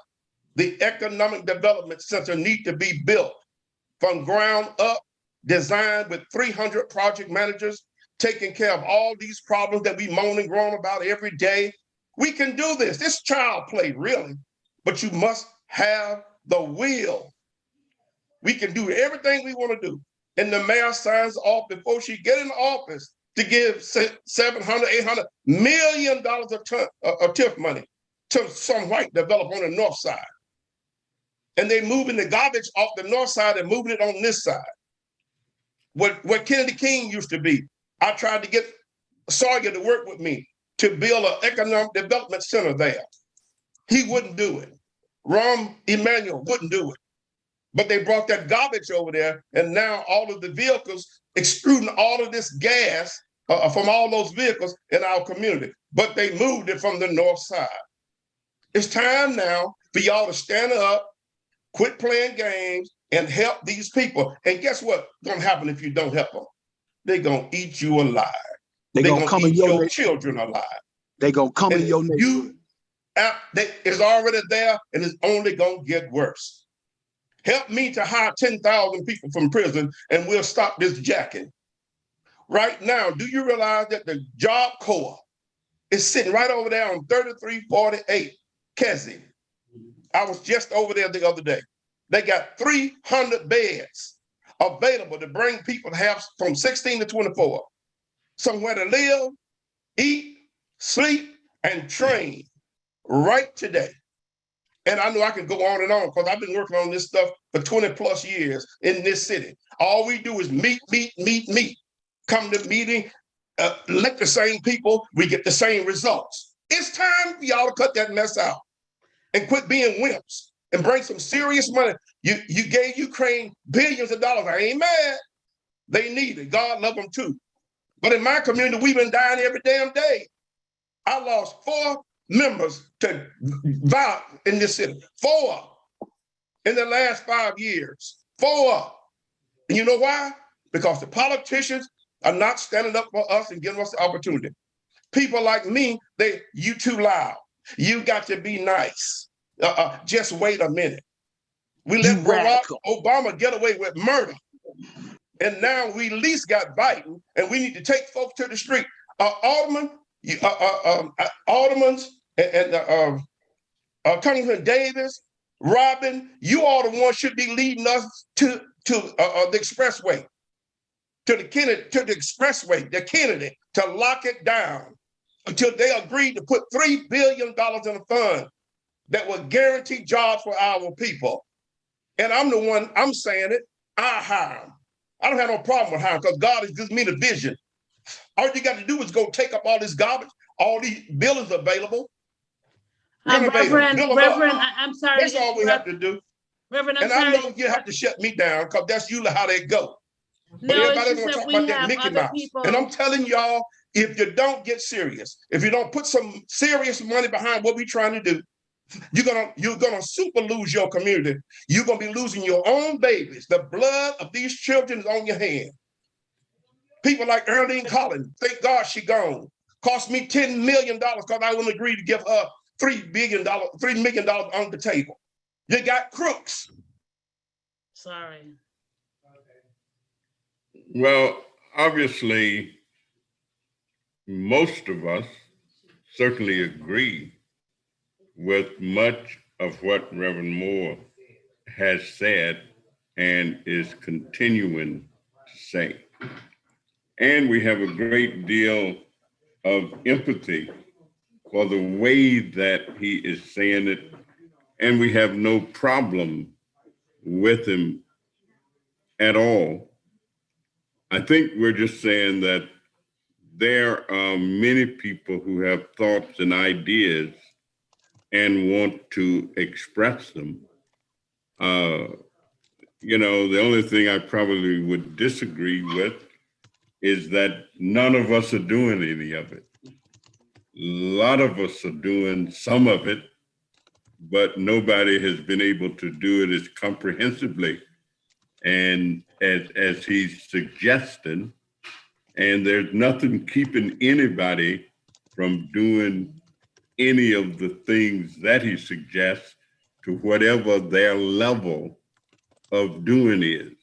And so I certainly appreciate him raising the issues. And there's some of the same issues that we raise every day. I raise them every day. There might be somebody in public office who raised the issue of what's happening to incarcerated people in the United States more than I do. But if there is, I sure don't know who they are.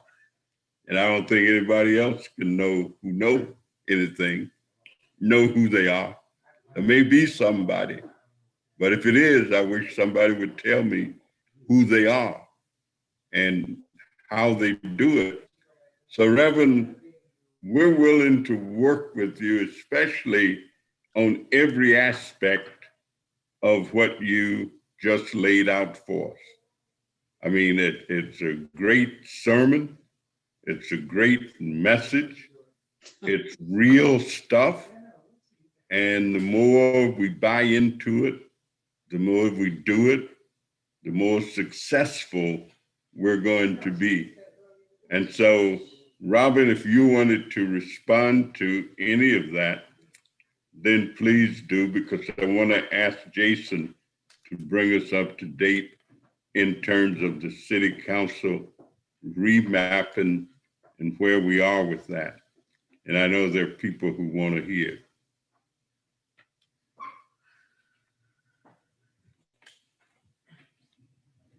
Robin, are you still with us or did you have to go? No, I am. Okay. I got to get off mute. But I will check with Marsha Fudge about where that packet is that the Reverend gave her for veterans, because that is true. More veterans need homes in Cook County. Will County has done a great job dealing with their homeless veterans. And so I'll check with her and then get back to see where she is with that, where the package lays. And otherwise, you know, I just want to lift you up that, yes, there's no one that could say, you know, that they've done more to try to help people returning from jail, in prison.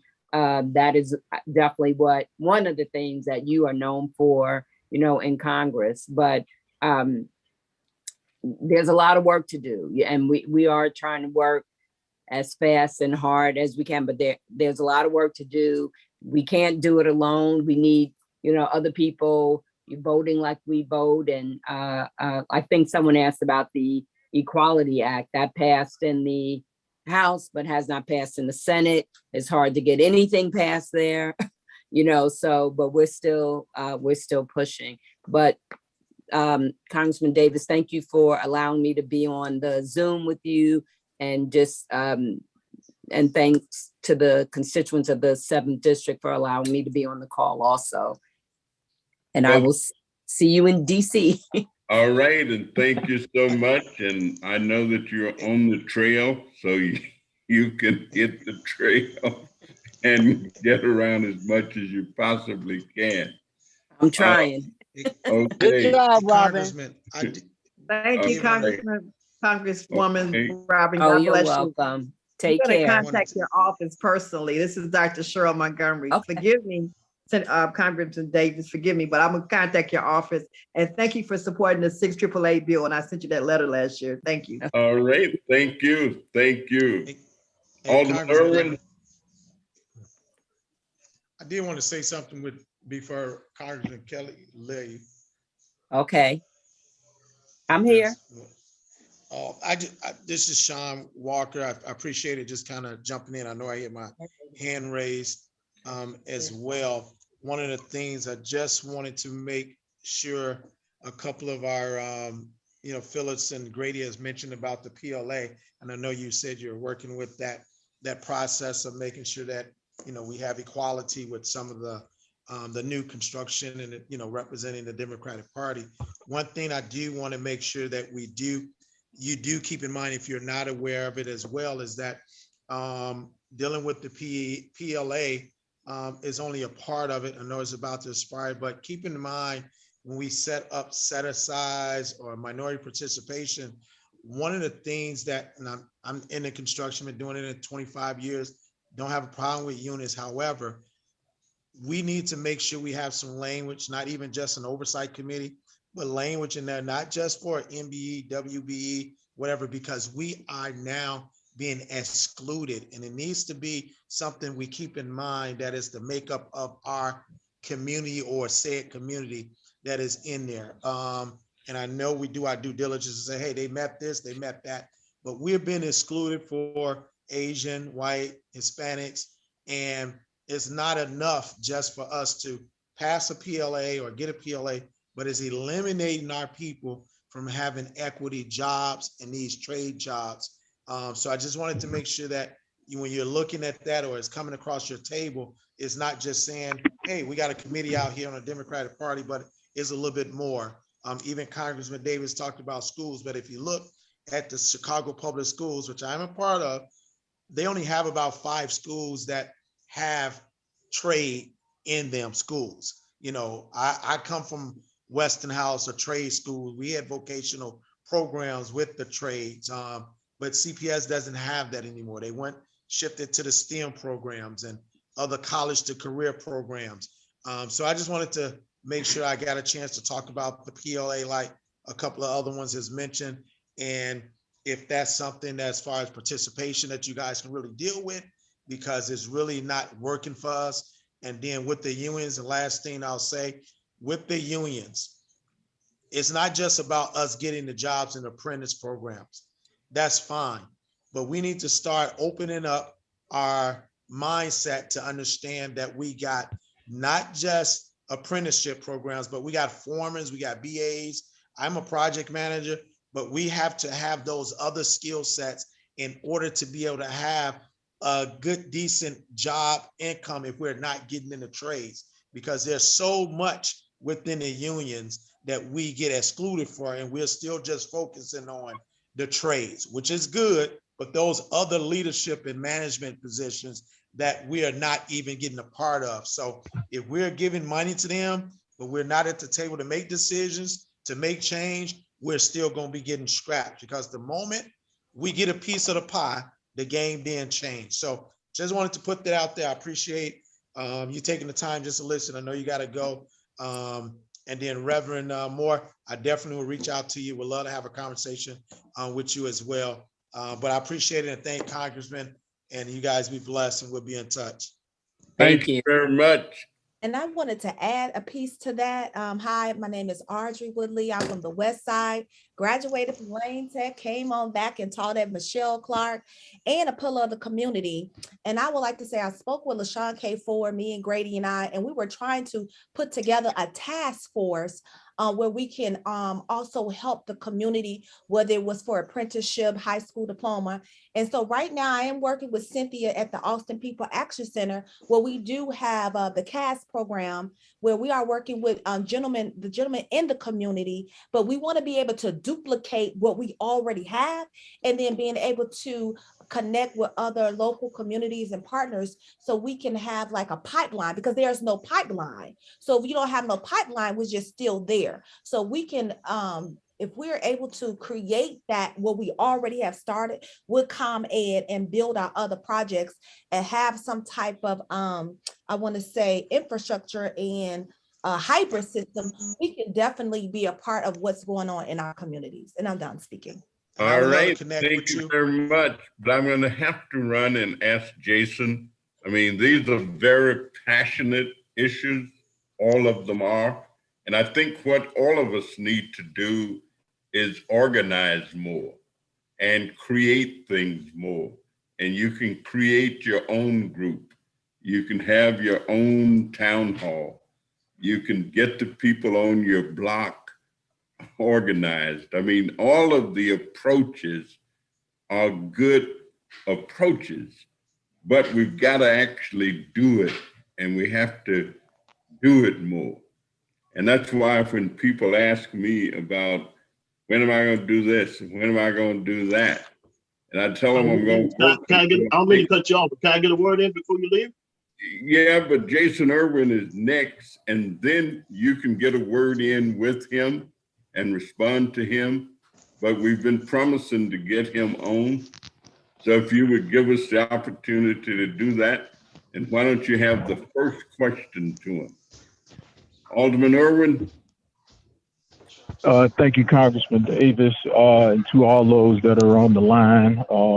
Just wanted to kind of give a little synopsis on where we are with City of Chicago redistricting. For those of you who don't know, we are in the process of redistricting, just as they've done at the state level.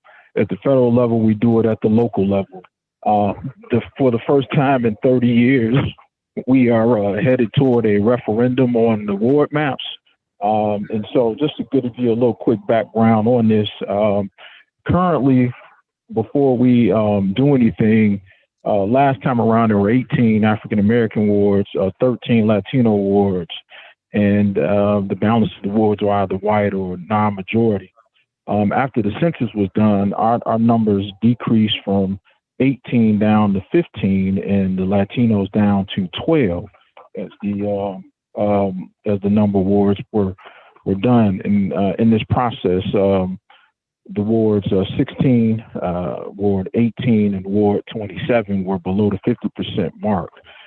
In this process, we found that, and this is something I want you all to understand, that every ward on the south side of Chicago, Black, white, and Latino, were below where they needed to be.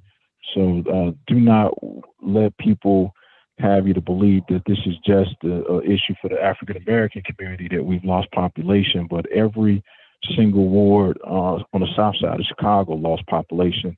And in this process, we in the African American community came to the realization it was mathematically impossible to fill all of the 13 south side wards to create, make them all, 50% majority Black wards again.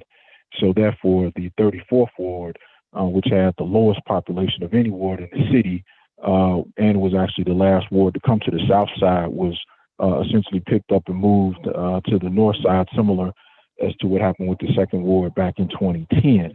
So in the plans that exist, there are two plans. One plan has 15/14 wards for the Black community. The other one has, which is the plan that the 19 members of the Black Caucus are supporting, has 17 wards for the Black community. And as you'll see in the coming weeks and months, the differences between the two plans and the fact that the other plan really disenfranchises the Black community to the tune of losing possibly 3 wards. And so ultimately, we have to look at the representation.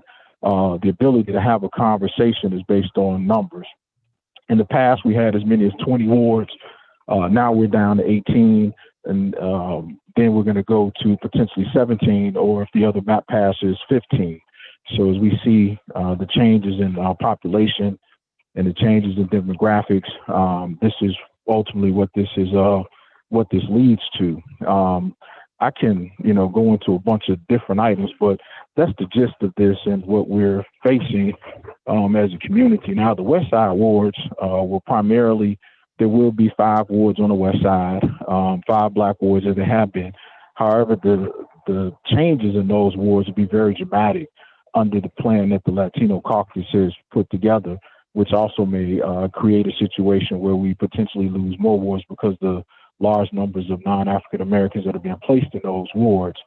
So you'll see as this unfolds which plan is actually better for the Black community overall as it pertains to the city of Chicago, as it pertains to Black representation. And I'll stop right there to answer any questions that anyone may have.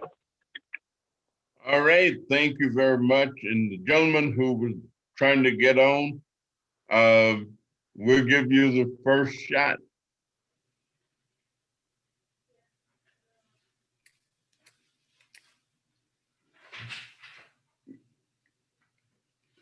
Yeah, I didn't get your name, sir, but you was trying to get Jesse on. McGee.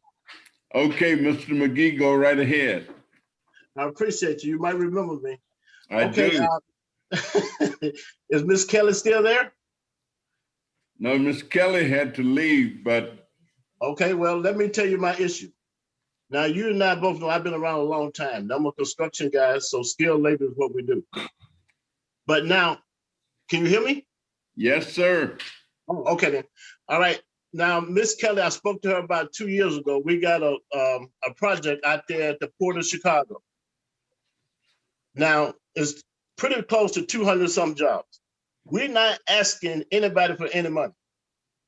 Now, when we first went out there back in 16 or 17, the land been vacant for 100 years. We tried to get 106 acres of land, okay? They liked the proposal. Now, Alderman Kelly, back here about 2 years ago, I presented to her. I went to Maddie Hunter. I went to Trotter. There's nothing wrong with the idea, but here's my problem. Now, every time we went out there, I can't say it, the first proposal was for $2,500 an acre. Now, ain't nobody else in that land over there ain't paying no more than $1,000 an acre, right? So they told me that wasn't enough. Then I went up to $4,500 an acre. Then they tell me that's not enough. Then we had $6,500 an acre. That's not enough. Remember now, every time they move the goalposts, I got to go find more money. Then they went to $11,500 an acre. That's $11,500 an acre. Then they turned back around when Solis took over the port. He came to the office and he said, hey, you know what? We can get this done for $8,500 an acre. All right, we got ready to get it done for $8,500 an acre. Then it jumped back up to $12,500 an acre. Now, here's my problem. Every time we get ready to do something, they always move the goalposts. They got Miss Edward out there and Chuck. Now remember something, every time they jump on us, they always put one of us to, how can I say it, to put out the fire or stop the ball from rolling. That's our problem. Now, at the end of the day, guess what? You and I both know that if you're a minority company, pretty much your majority of your employees going to be people of color. Now, when they put the brakes on me, they put the brakes on my people, all right? But now, here's the thing again. When I try to get some support for the last 5 years, I can't get it. Then I find out that they're going to take my proposal and implement it themselves. Now I got to send them a cease. Well, I did send them a cease and desist letter. But now my proposal is just sitting there. They won't let me go forward. They said they're going to borrow some money from the county, $350,000 doing feasibility study on my proposal. They got 29 other tenants in there, 29. So out of 29 tenants in there now, not one time did they come there with a proposal of what they're going to do in the port that they decided to put out an RFP on. Why am I so lucky? So at the end of the day, in this city, if you're a minority contractor, they got something for you. If you got some money, they got something for you. If you ain't got no money, you really ain't got nothing coming. And if you got a little money, you ain't got nothing coming. So if you talk about employing Black contractors, getting these kids off the streets, there's nothing there for us. Guys like me, I'm 62 years old, and I think I'm about the last one out here. Because guess what? Every time a job come up, that's always an issue. They either get you with the money, or they'll use one people of our own color against us. But at the end of the day, you can never move forward. So the question becomes, why are we always losing? Because we can't get the support from the aldermen. We can't get the support from nobody. We just standing there. If you got a problem, there's nowhere to go. Nowhere to go. Now, all right. What do you propose as a solution? Oh, I can, trust me, I can help you. The city already got laws on the books. First thing, I'm a contractor, right? City says if you can't do 85% of the work, then you can't do the job. Just that simple. I shouldn't be in the same category with a bill-out or management service. That shouldn't be. Why should I compete with somebody with a Rolodex? That's not fair. I got an office. You got a Rolodex. How's that gonna work? Then the next thing, if let's say with the county, they owe me money, city owe me money. So if I have a problem with these guys about getting paid off from the prime, then who you gonna see? The law tells you what's supposed to happen. They say, okay, then you got the contract vendor report, which tells them what they had to report to the state on how much money they owe you. But here's the problem. Won't nobody enforce it. Every contract comes with a compliance officer. But guess what? When the compliance officers don't do the job, who do you go to? Who do you go to? You can't get no support. So where are you gonna go to? So guys like me, they force us to a position where it's that you and I both know you cannot run a company based on that phone to ring every day. You gotta be able to bid on a county, a state job, a city job. You got to be. You gotta have that. Well, so the question becomes, how come the Blacks won't support the company? Yeah, see, I think there are some things that have to get worked out, but I also think that, you know, some of the broadness of situations and allegations, I mean, there are some people who manage to get jobs. There are some construction companies who get contracts. There are some individuals who are able to take advantage of some of the laws that have been passed. And I certainly would agree that it's not fair, it's not equitable, it's not across the board, but we just really have to keep working at it. We can't give up on it. And we have to be as astute in doing it. We have to be as militant. We have to be as pointed. We have to be as direct, and we have to do some of all of it. And we got to keep going. But here's the problem. And we got to be optimistic enough to make it happen. There were people who said we'd never have a Black person elected president of the United States. There were people who said we'd never have a Black person elected mayor of the city of Chicago. People told me when I decided to run for the city council, I would never get elected because I wasn't talking political patronage and wasn't talking back scratching and wasn't talking, pay to play. But all kind of other. So I'm saying we got to have faith. I understand that, but here's your problem though. Here's your problem. Understand something. We were born in America, right? So we was taught that if you had a dream, you want to be a president or teacher, something, the opportunity is there. But remember something, the country ain't black and white no more. When you got to compete against a Hispanic, they work together as a team. They in a pack. So everybody is in a pack. One Black guy out there hollering ain't gonna go too far.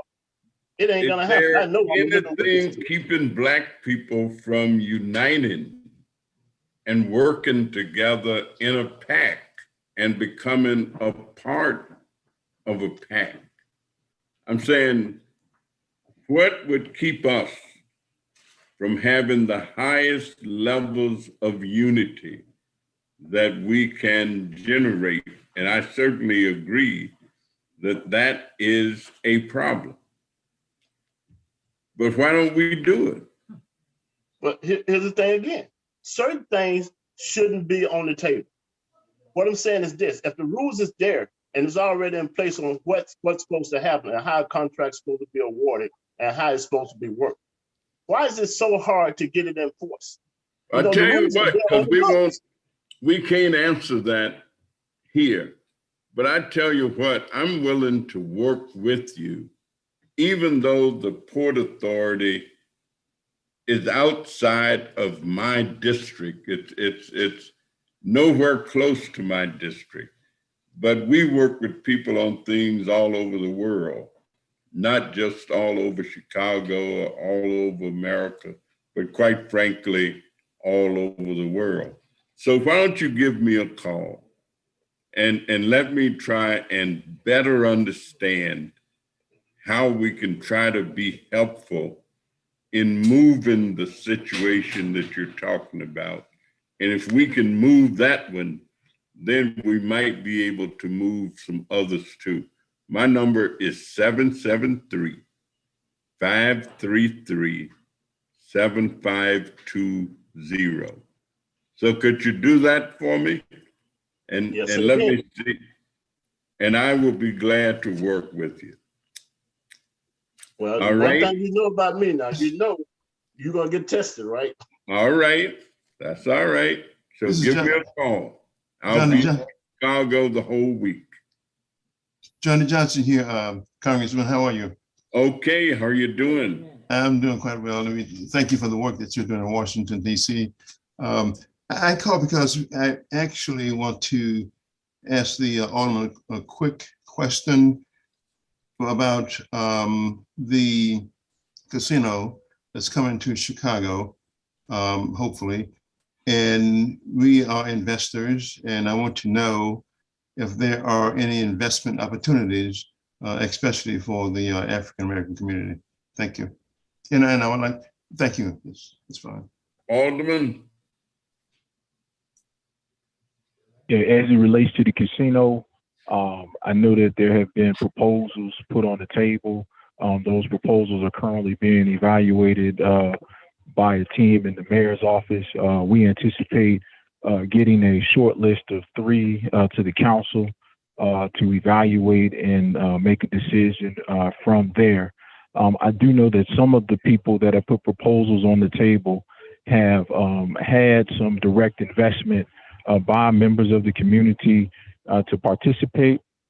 I don't know if those will be one of the 3 that are presented to us.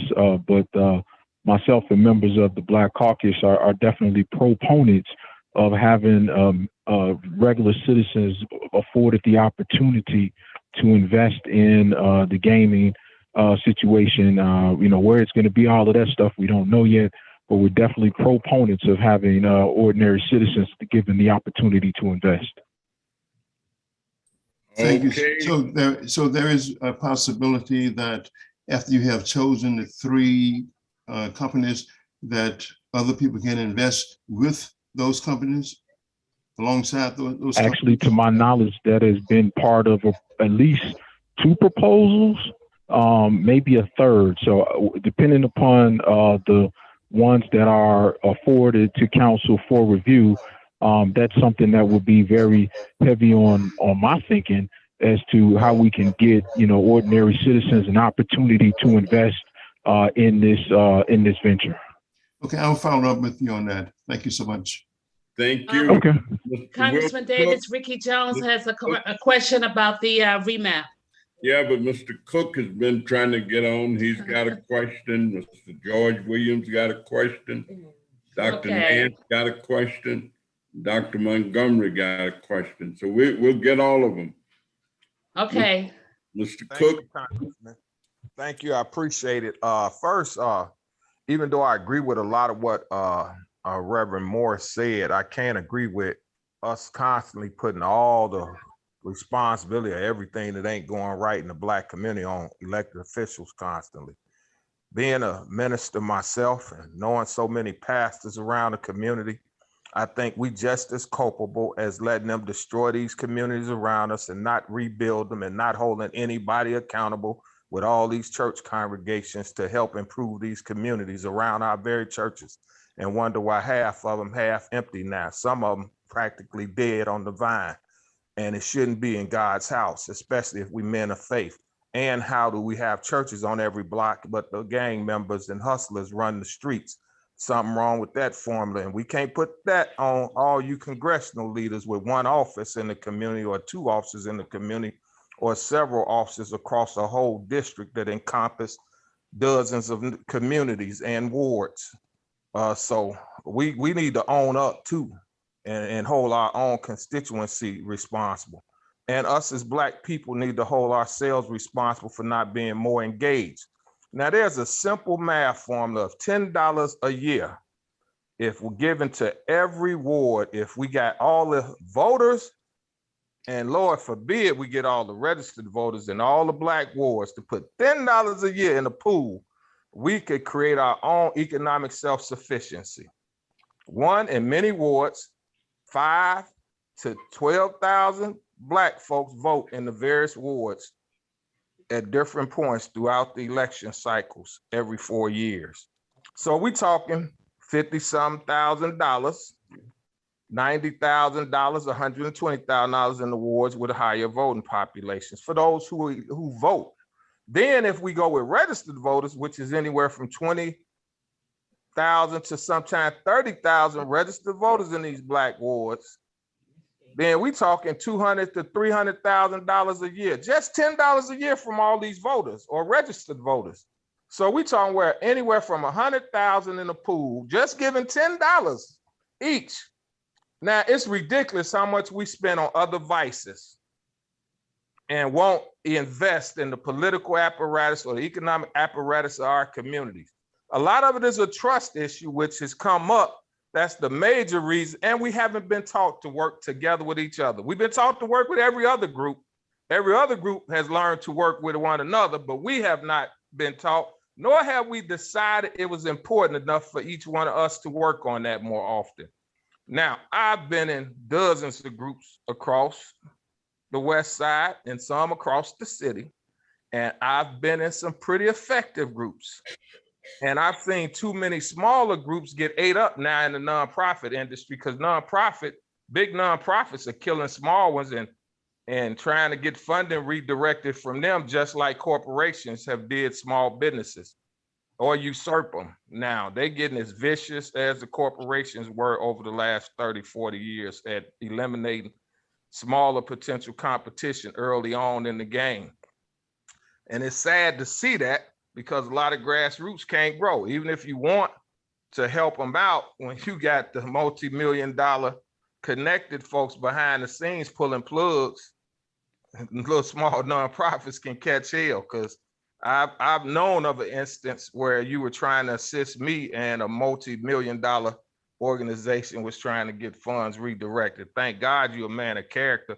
And in 2009, we still got that grant from the Department of Justice, which allowed us to help several hundred people and reduce the recidivism rate.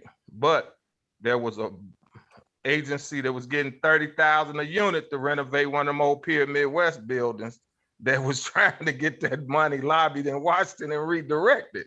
And that's sad to say. And they still be undermining small nonprofits in our area in that industry. But we don't work together enough, because I've talked to Mark Carter doing all these 20 years, and I never get him to able to support me in enhancing the recovery services that we've provided on the West Side.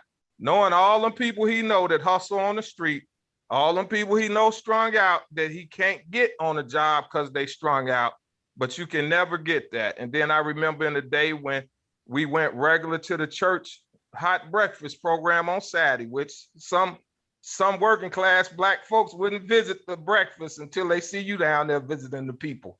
Then they come in that Saturday morning. But anyway, the congressman went in there. I'll go sit down with the struggling folks this morning because the congressman in there with them. But no, I mean, and that's sad. We don't encourage or sit with each other, commune with each other unless we see somebody else we deem of importance, or the fact that in those situations, many of them brothers, I was like, Taz should not have to refer you to my program. Congressman Davis made sure I can house you for 6 months to a year if you need it, because he's giving me a grant that lasts this whole year. And I used to tell guys I grew up with on Douglas Boulevard, Christiana, ran the street with as a teenager, you all can come to my place today after breakfast.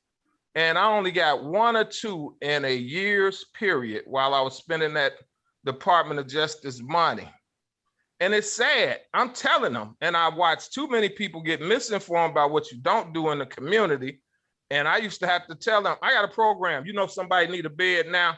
I had people working for me at one point. I had 3 people in the program. And I'm like, I got 6 workers from the neighborhood. Half of y'all ex-offenders and half y'all got an ex-offender in your family. And I know who they are. We need y'all to help fill up these beds. We got 12 more beds available, y'all. Or we can either cut staff. Ain't no way y'all live in the community, work in the community, know these ex-offenders, and we can't put people in our beds. I shouldn't be the only one recruiting. So we have to do more ourselves to use the services when they come, 2, to support the services that are here, and 3, we got to stop blaming damn elected officials for everything we don't do as a people. And all of us in the ministry need to quit blaming politicians about stuff the church could do just a whole lot more than they do. And they've had districts to try to uphold, and we can't uphold the block around our church and keep it from being tore down. And that's enough for me. Thank you. It's 10 minutes to 5. Oh, thank you, Reverend. All right. Mr. George Williams. Yes, sir, Congressman Davis, sir. Yes, sir. Thank you. Hello. Go right ahead, George. Yes, well, I just want to say one thing and make this real plain and simple. As it relates to men and women with lived experiences, have been involved in any level of the criminal justice system that's trying to find their ways back to take their rightful place within themselves and their community. There is no other person on the face of this earth that has done as much as you have, sir. And I say that because I know that the work that you've done, that your body of work that you've done over your career, from the city council to the county board to the halls of Congress, when the arc of history turned its head and looked back at your record, past, present, and future, there is no one that has done the body of work that you have done and that you are doing, that you will continue to do. I just want to make that real clear. And I just want to say thank you, sir, for your work, for your sacrifice, because folks don't understand what this entails. This more than passing the bill. You have dedicated your life to the struggle of criminal justice and to make sure, as one of your issues, as well as a bunch of healthcare and education and so forth. So let me make that real clear, and I will continue to work with you, sir, to make sure that the work that you are doing and will do and are doing will continue to benefit the people in the 7th Congressional District and all across this country and world. Well, thank you very much, sir. I really appreciate it. Ms. Rika Jones. I just wanted to get back to the revamp. We kind of passed over that, and that's a very serious issue because right now, the Hispanic caucus, you know, we're people who always say black and brown. I don't say that no more, by the way. But the Hispanic caucus is trying to take more seats away from the black caucus. And Irvin came on this call so he could explain that. And I was just wondering if he could explain a little better what's going on, because people need to understand this is very for the map. This is not a joke. We could lose some wards in this, and we need to take this more serious. Because you're talking about not having help. You're gonna have if you lose 2 or 3 wards to somebody that can't really fill them up. So basically, probably go to white folks. That's my comment. All right, then. Thank you. I can't hear you. Dr. Montgomery. Good afternoon, Congressman Dana Davis. My question has to do with cyber stalking and bullying, and I know that that's an issue that Joe Biden signed a proclamation letter back in January of this year concerning that situation. But what I want to know is, how do we move forward from the proclamation letter to get this signed into law in Congress? How can we go about doing that? I can't hear you. Your mic is muted or something. I can't hear you on that end. I haven't answered yet.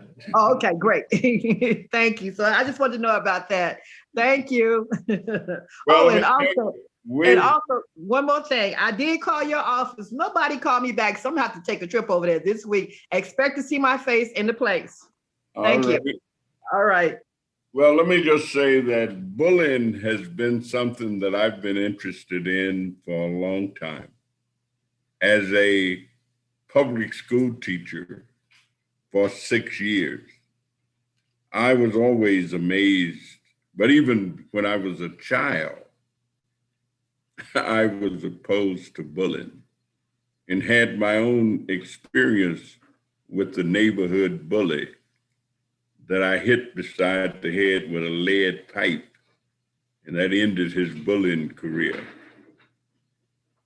We've actually introduced legislation that would cause school systems to place more emphasis on teaching children better ways of handling conflict and better ways of creating the environment. Of course, there are a lot of adults who do the same thing. And so it's not just children.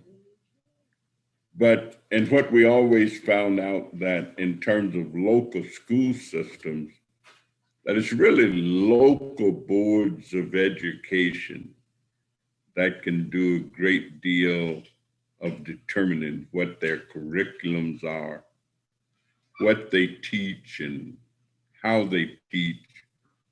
And so we've been trying to get the federal government more engaged long before Joe Biden became president. And we're very pleased that President Biden is interested in that issue. But, you know, we have these local school councils, we have everything. Everything can't be a law. Everything cannot be mandated. There you know, there's a concept that says, if there be righteousness in the heart, there is beauty in the character. And so many of these things, I think, as Reverend Cook said, we have to do ourselves. I mean, government and laws can't do everything, and people still have some freedoms themselves. So we're very interested in bullying, cybersecurity. I actually spoke to 1,000 cybersecurity employees of big companies last Friday. And unfortunately, there were only about 5 African Americans in the whole room down at Navy Pier. Wow. So it's a big interest of ours. It's a big interest. We just got to keep working and keep doing what we do and doing what we can. Dr. Nance, you had a question?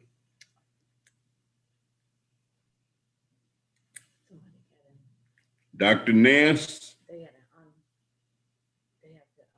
He's here, but Dennis Sear is here too, just so you know. All right. Can you hear me? Can you hear me, non-Congressman? Yes. Hi. First, I want to piggyback what George says because I know the work that you're doing in the community. Second, I would like to meet with you regarding the letter of recommendation for a Justice Advisory Council gun violence program that I have, which is bringing video gaming to the community to reduce violence.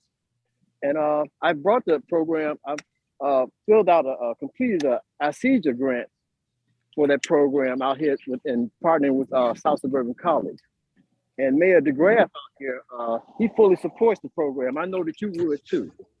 And I've sent my documents via email to you about the program for this letter of recommendation. And I would like to know if I need to sit down with you to talk to you more about it. I'll be in Chicago this whole week. Why not just give me a call when you get a chance? Okay, I'll do that Monday. All right. Appointment. Okay. Thank you. Dr. Dennis Deere, Cook County Commissioner of the 2nd District. Hey, Congressman, how are you today? I'm just sitting down, listening in on all the great conversation that has been had on this afternoon. It's always a delight to be in your presence, to hear your voice. As you already know, I am a big fan of the great work that you have done in the 7th Congressional District and beyond.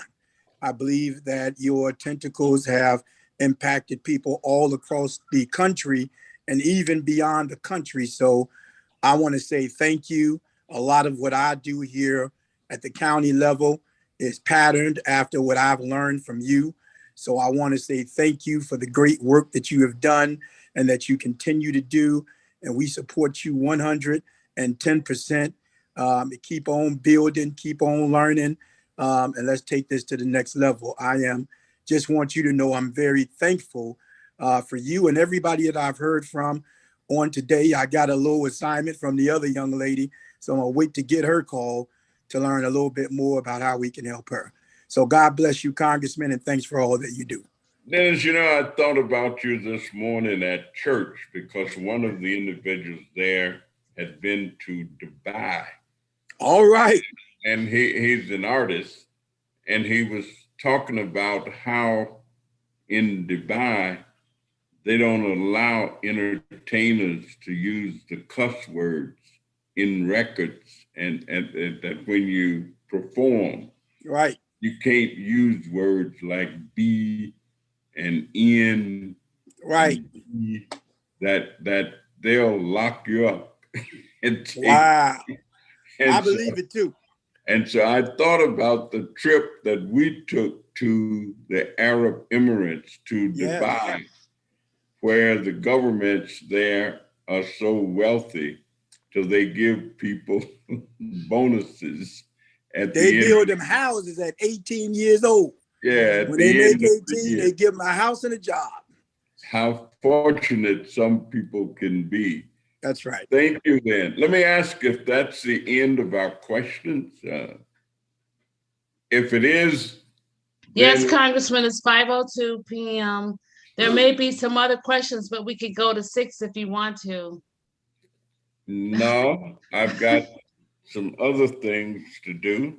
And, but if anybody has a question, we certainly want to respond to it. Camille Arnold was on. She had the question.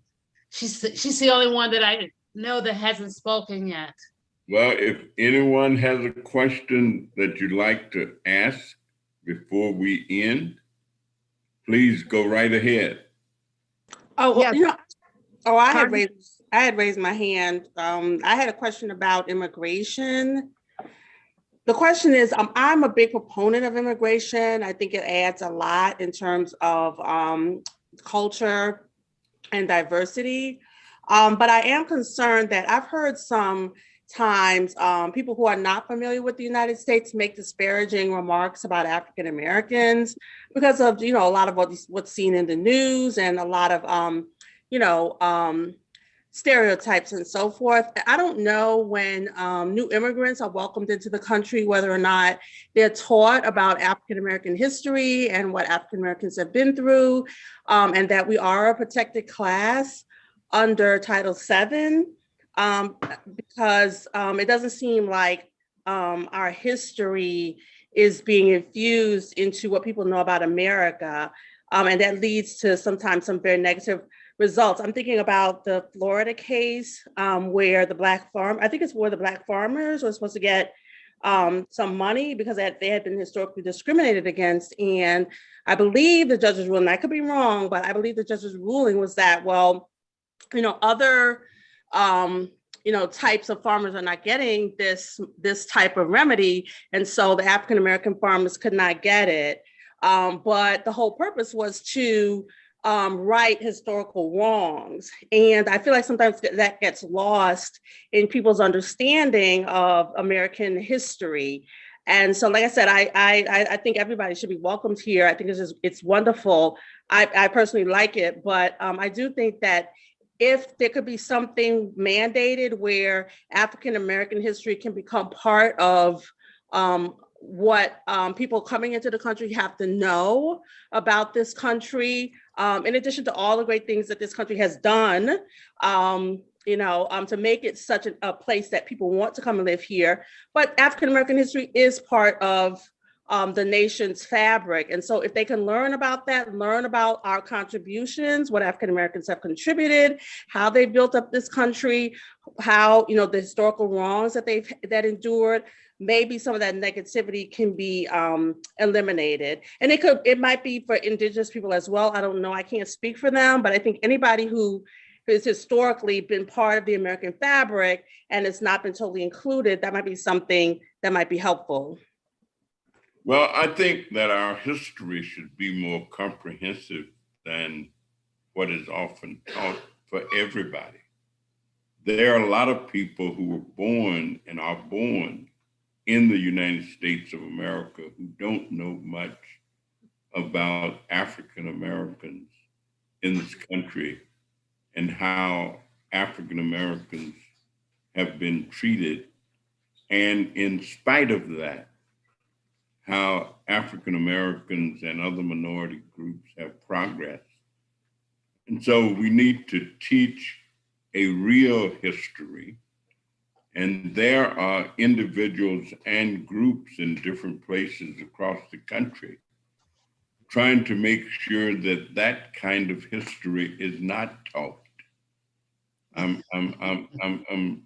There are people who want distorted history to be taught. There are people who want mythical history to be taught. And I must confess that much of what I know about the evolution and development of African Americans in this country, I did not learn in any formal way. And it wasn't taught to me in elementary school. It wasn't taught to me in high school. Even though I took history courses in undergraduate school, much of it wasn't even taught there. A lot of it for me was taught on Sunday afternoons at church when I was a kid. Some of it was taught during the table sitting around in my parents' home. Some of it was taught in snatches, stories that were told. Some of it was taught by my father telling us that this was the last tree that a Black person was hanged on in this area. Wow. Or this is the lake that Black boys went swimming and got drowned, but somebody drowned them. And so I agree with you that everybody need to have the truth taught to them. There was a fellow who used to say, truth on the scaffold, wrong forever on the throne. But somewhere in the shadows standeth God, keeping watch over his own. And that truth crushed to the earth will rise again. So there are people who try and keep the truth down, but truth will ultimately always overcome a lie. That's right. And that's what people should be taught. So I certainly agree that there need to be the teaching, but it need to be across the board. I can't say that I'm not in favor of immigration, because I am. Ever since I heard the Emma Lazarus poem when I was a little boy, that did something for me. Give me your tired, your huddled masses, teeming to be free. And so I stand, the Statue of Liberty. But I think we need to make sure that immigration is equitable across the board. And just as we're concerned about the immigrants who may come here from Ukraine, we have to be just as concerned about the refugees from Haiti. That's right. That's right. And from other places. So trying to create this kind of environment is what I believe in. And I believe that America should be the home of the free, and that everybody should have equal opportunity, an equal chance to become whatever it is that his or her manhood, womanhood, hard work, and determination combines to make them. That is the promise of America. So let me thank all of us who've had a very interesting and productive afternoon of conversation. I want to thank State Representative U.S. Representative and Party Chairman Robin Kelly for being with us. I want to thank Alderman Jason Irwin. I want to thank State Senator Matt Hunter. And I want to thank Cook County Commissioner Dennis Deere, all elected officials doing their work, and all those who are non-believers in this system. I don't know if there's another system. I think we have to work as hard as we can to make the system work as it was intended to work, to make the system work in such a way that we can be proud of our country, proud of what it is, and even more proud as it becomes what it ought to be. So let me thank you all for a wonderful afternoon. Have a great evening, and we hope to see you the next time. So thank Wonderful. you. Congressman Davis, did you say that you was going to be coming to the South Side for a meeting? Yes, I am. I don't have my schedule in front of me, so I can't say exactly when it is. Can Tamara send us an email to that if it's nearby where I live? Yes, ma'am, we can. Okay, thank you so much. Thank you. All right.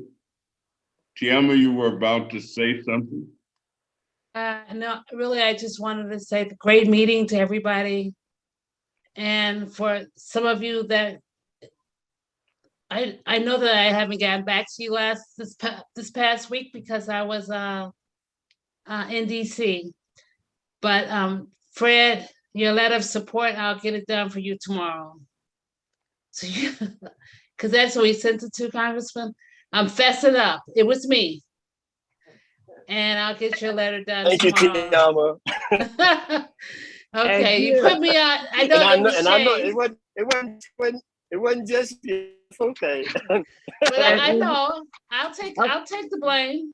I'll take it. But Tamara, I thank everybody for joining us today.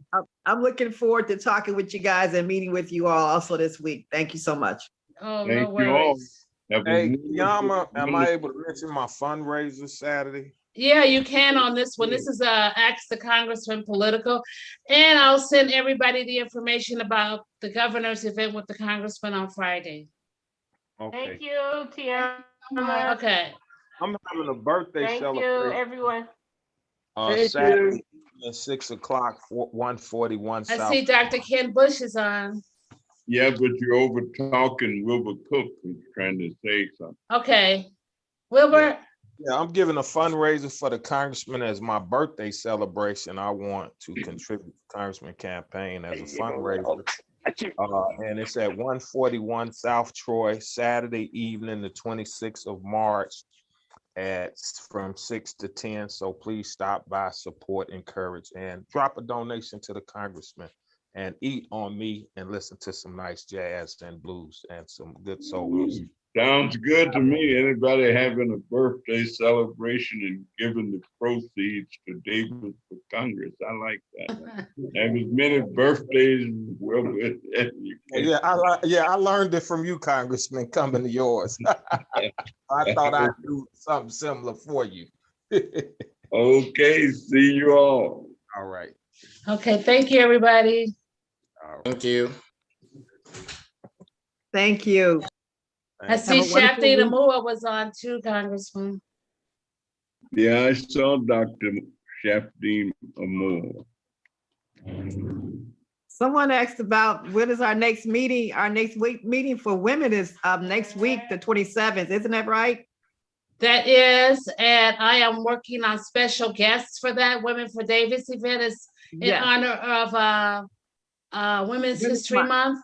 Yes. Yes. Okay, awesome. All right, thanks. I'll try to peek in. You usually have great women. Well, we're gonna have some surprises, believe me. Because I'll never forget the events. You had all the women working for governor and a few others at the Oak Park Library a few years back when Quinn was Yeah, so that was a great day to meet so many sisters with nice attitudes, but also empowering our state government. Well, this was somebody said this meeting was on fire. Yeah. Was that you? Yes, Dr. Montgomery. Yes, it was on fire.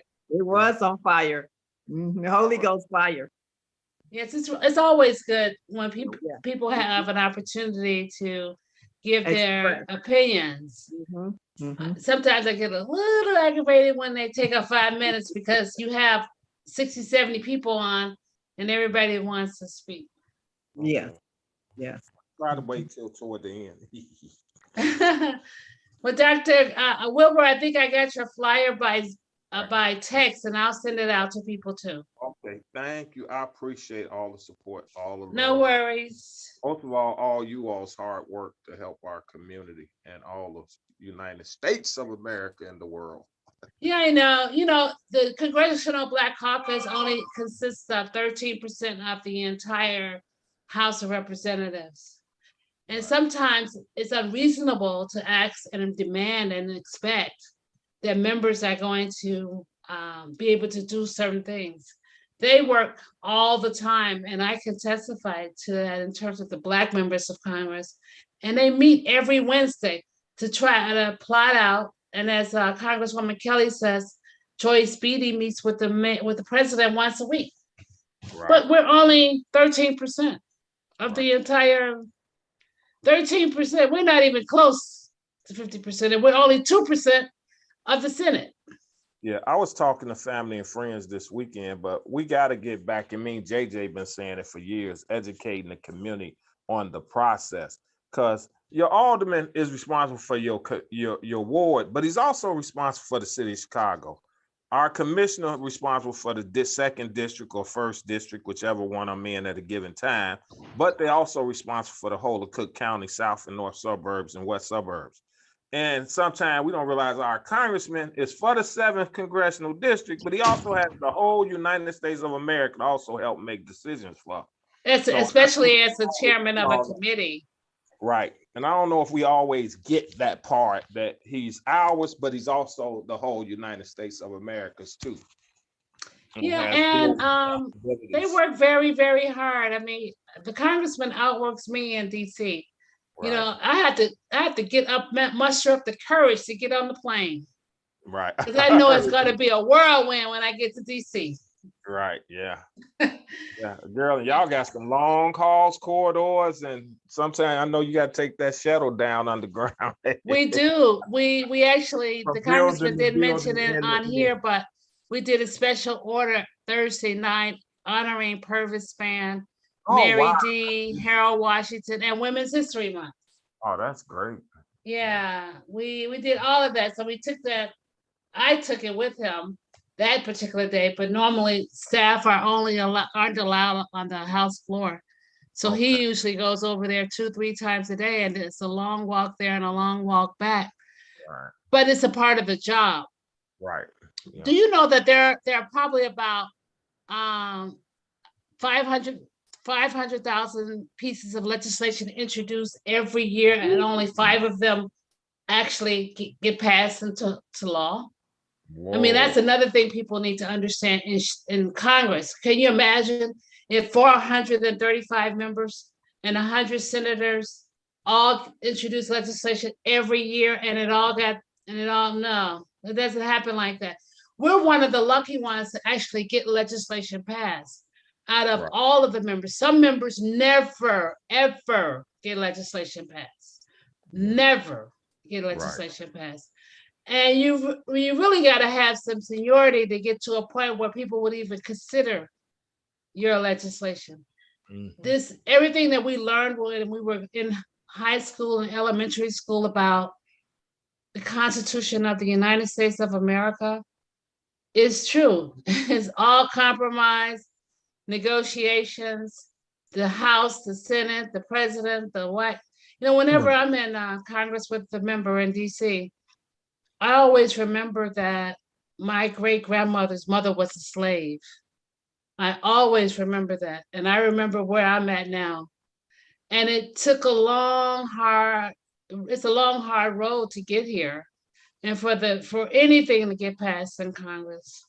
I mean, when you see all of the other members, and they have press conferences too about issues that are not really urban, I'll say urban, or African-American oriented, or minority oriented, or immigration oriented, or any kind of oriented. It's anti everything that we think of and believe. And it's sometimes disheartening to hear people say that the members aren't working hard enough. They have no idea what goes on in Congress and what they have to battle every day that they're there and not there. It's a constant battle all day long. And they're meeting all day long to get things done. So it was really nice talking to all of you, but I need to go myself now. And I'll send out all that information to everybody. Chef D, it's really nice to see you.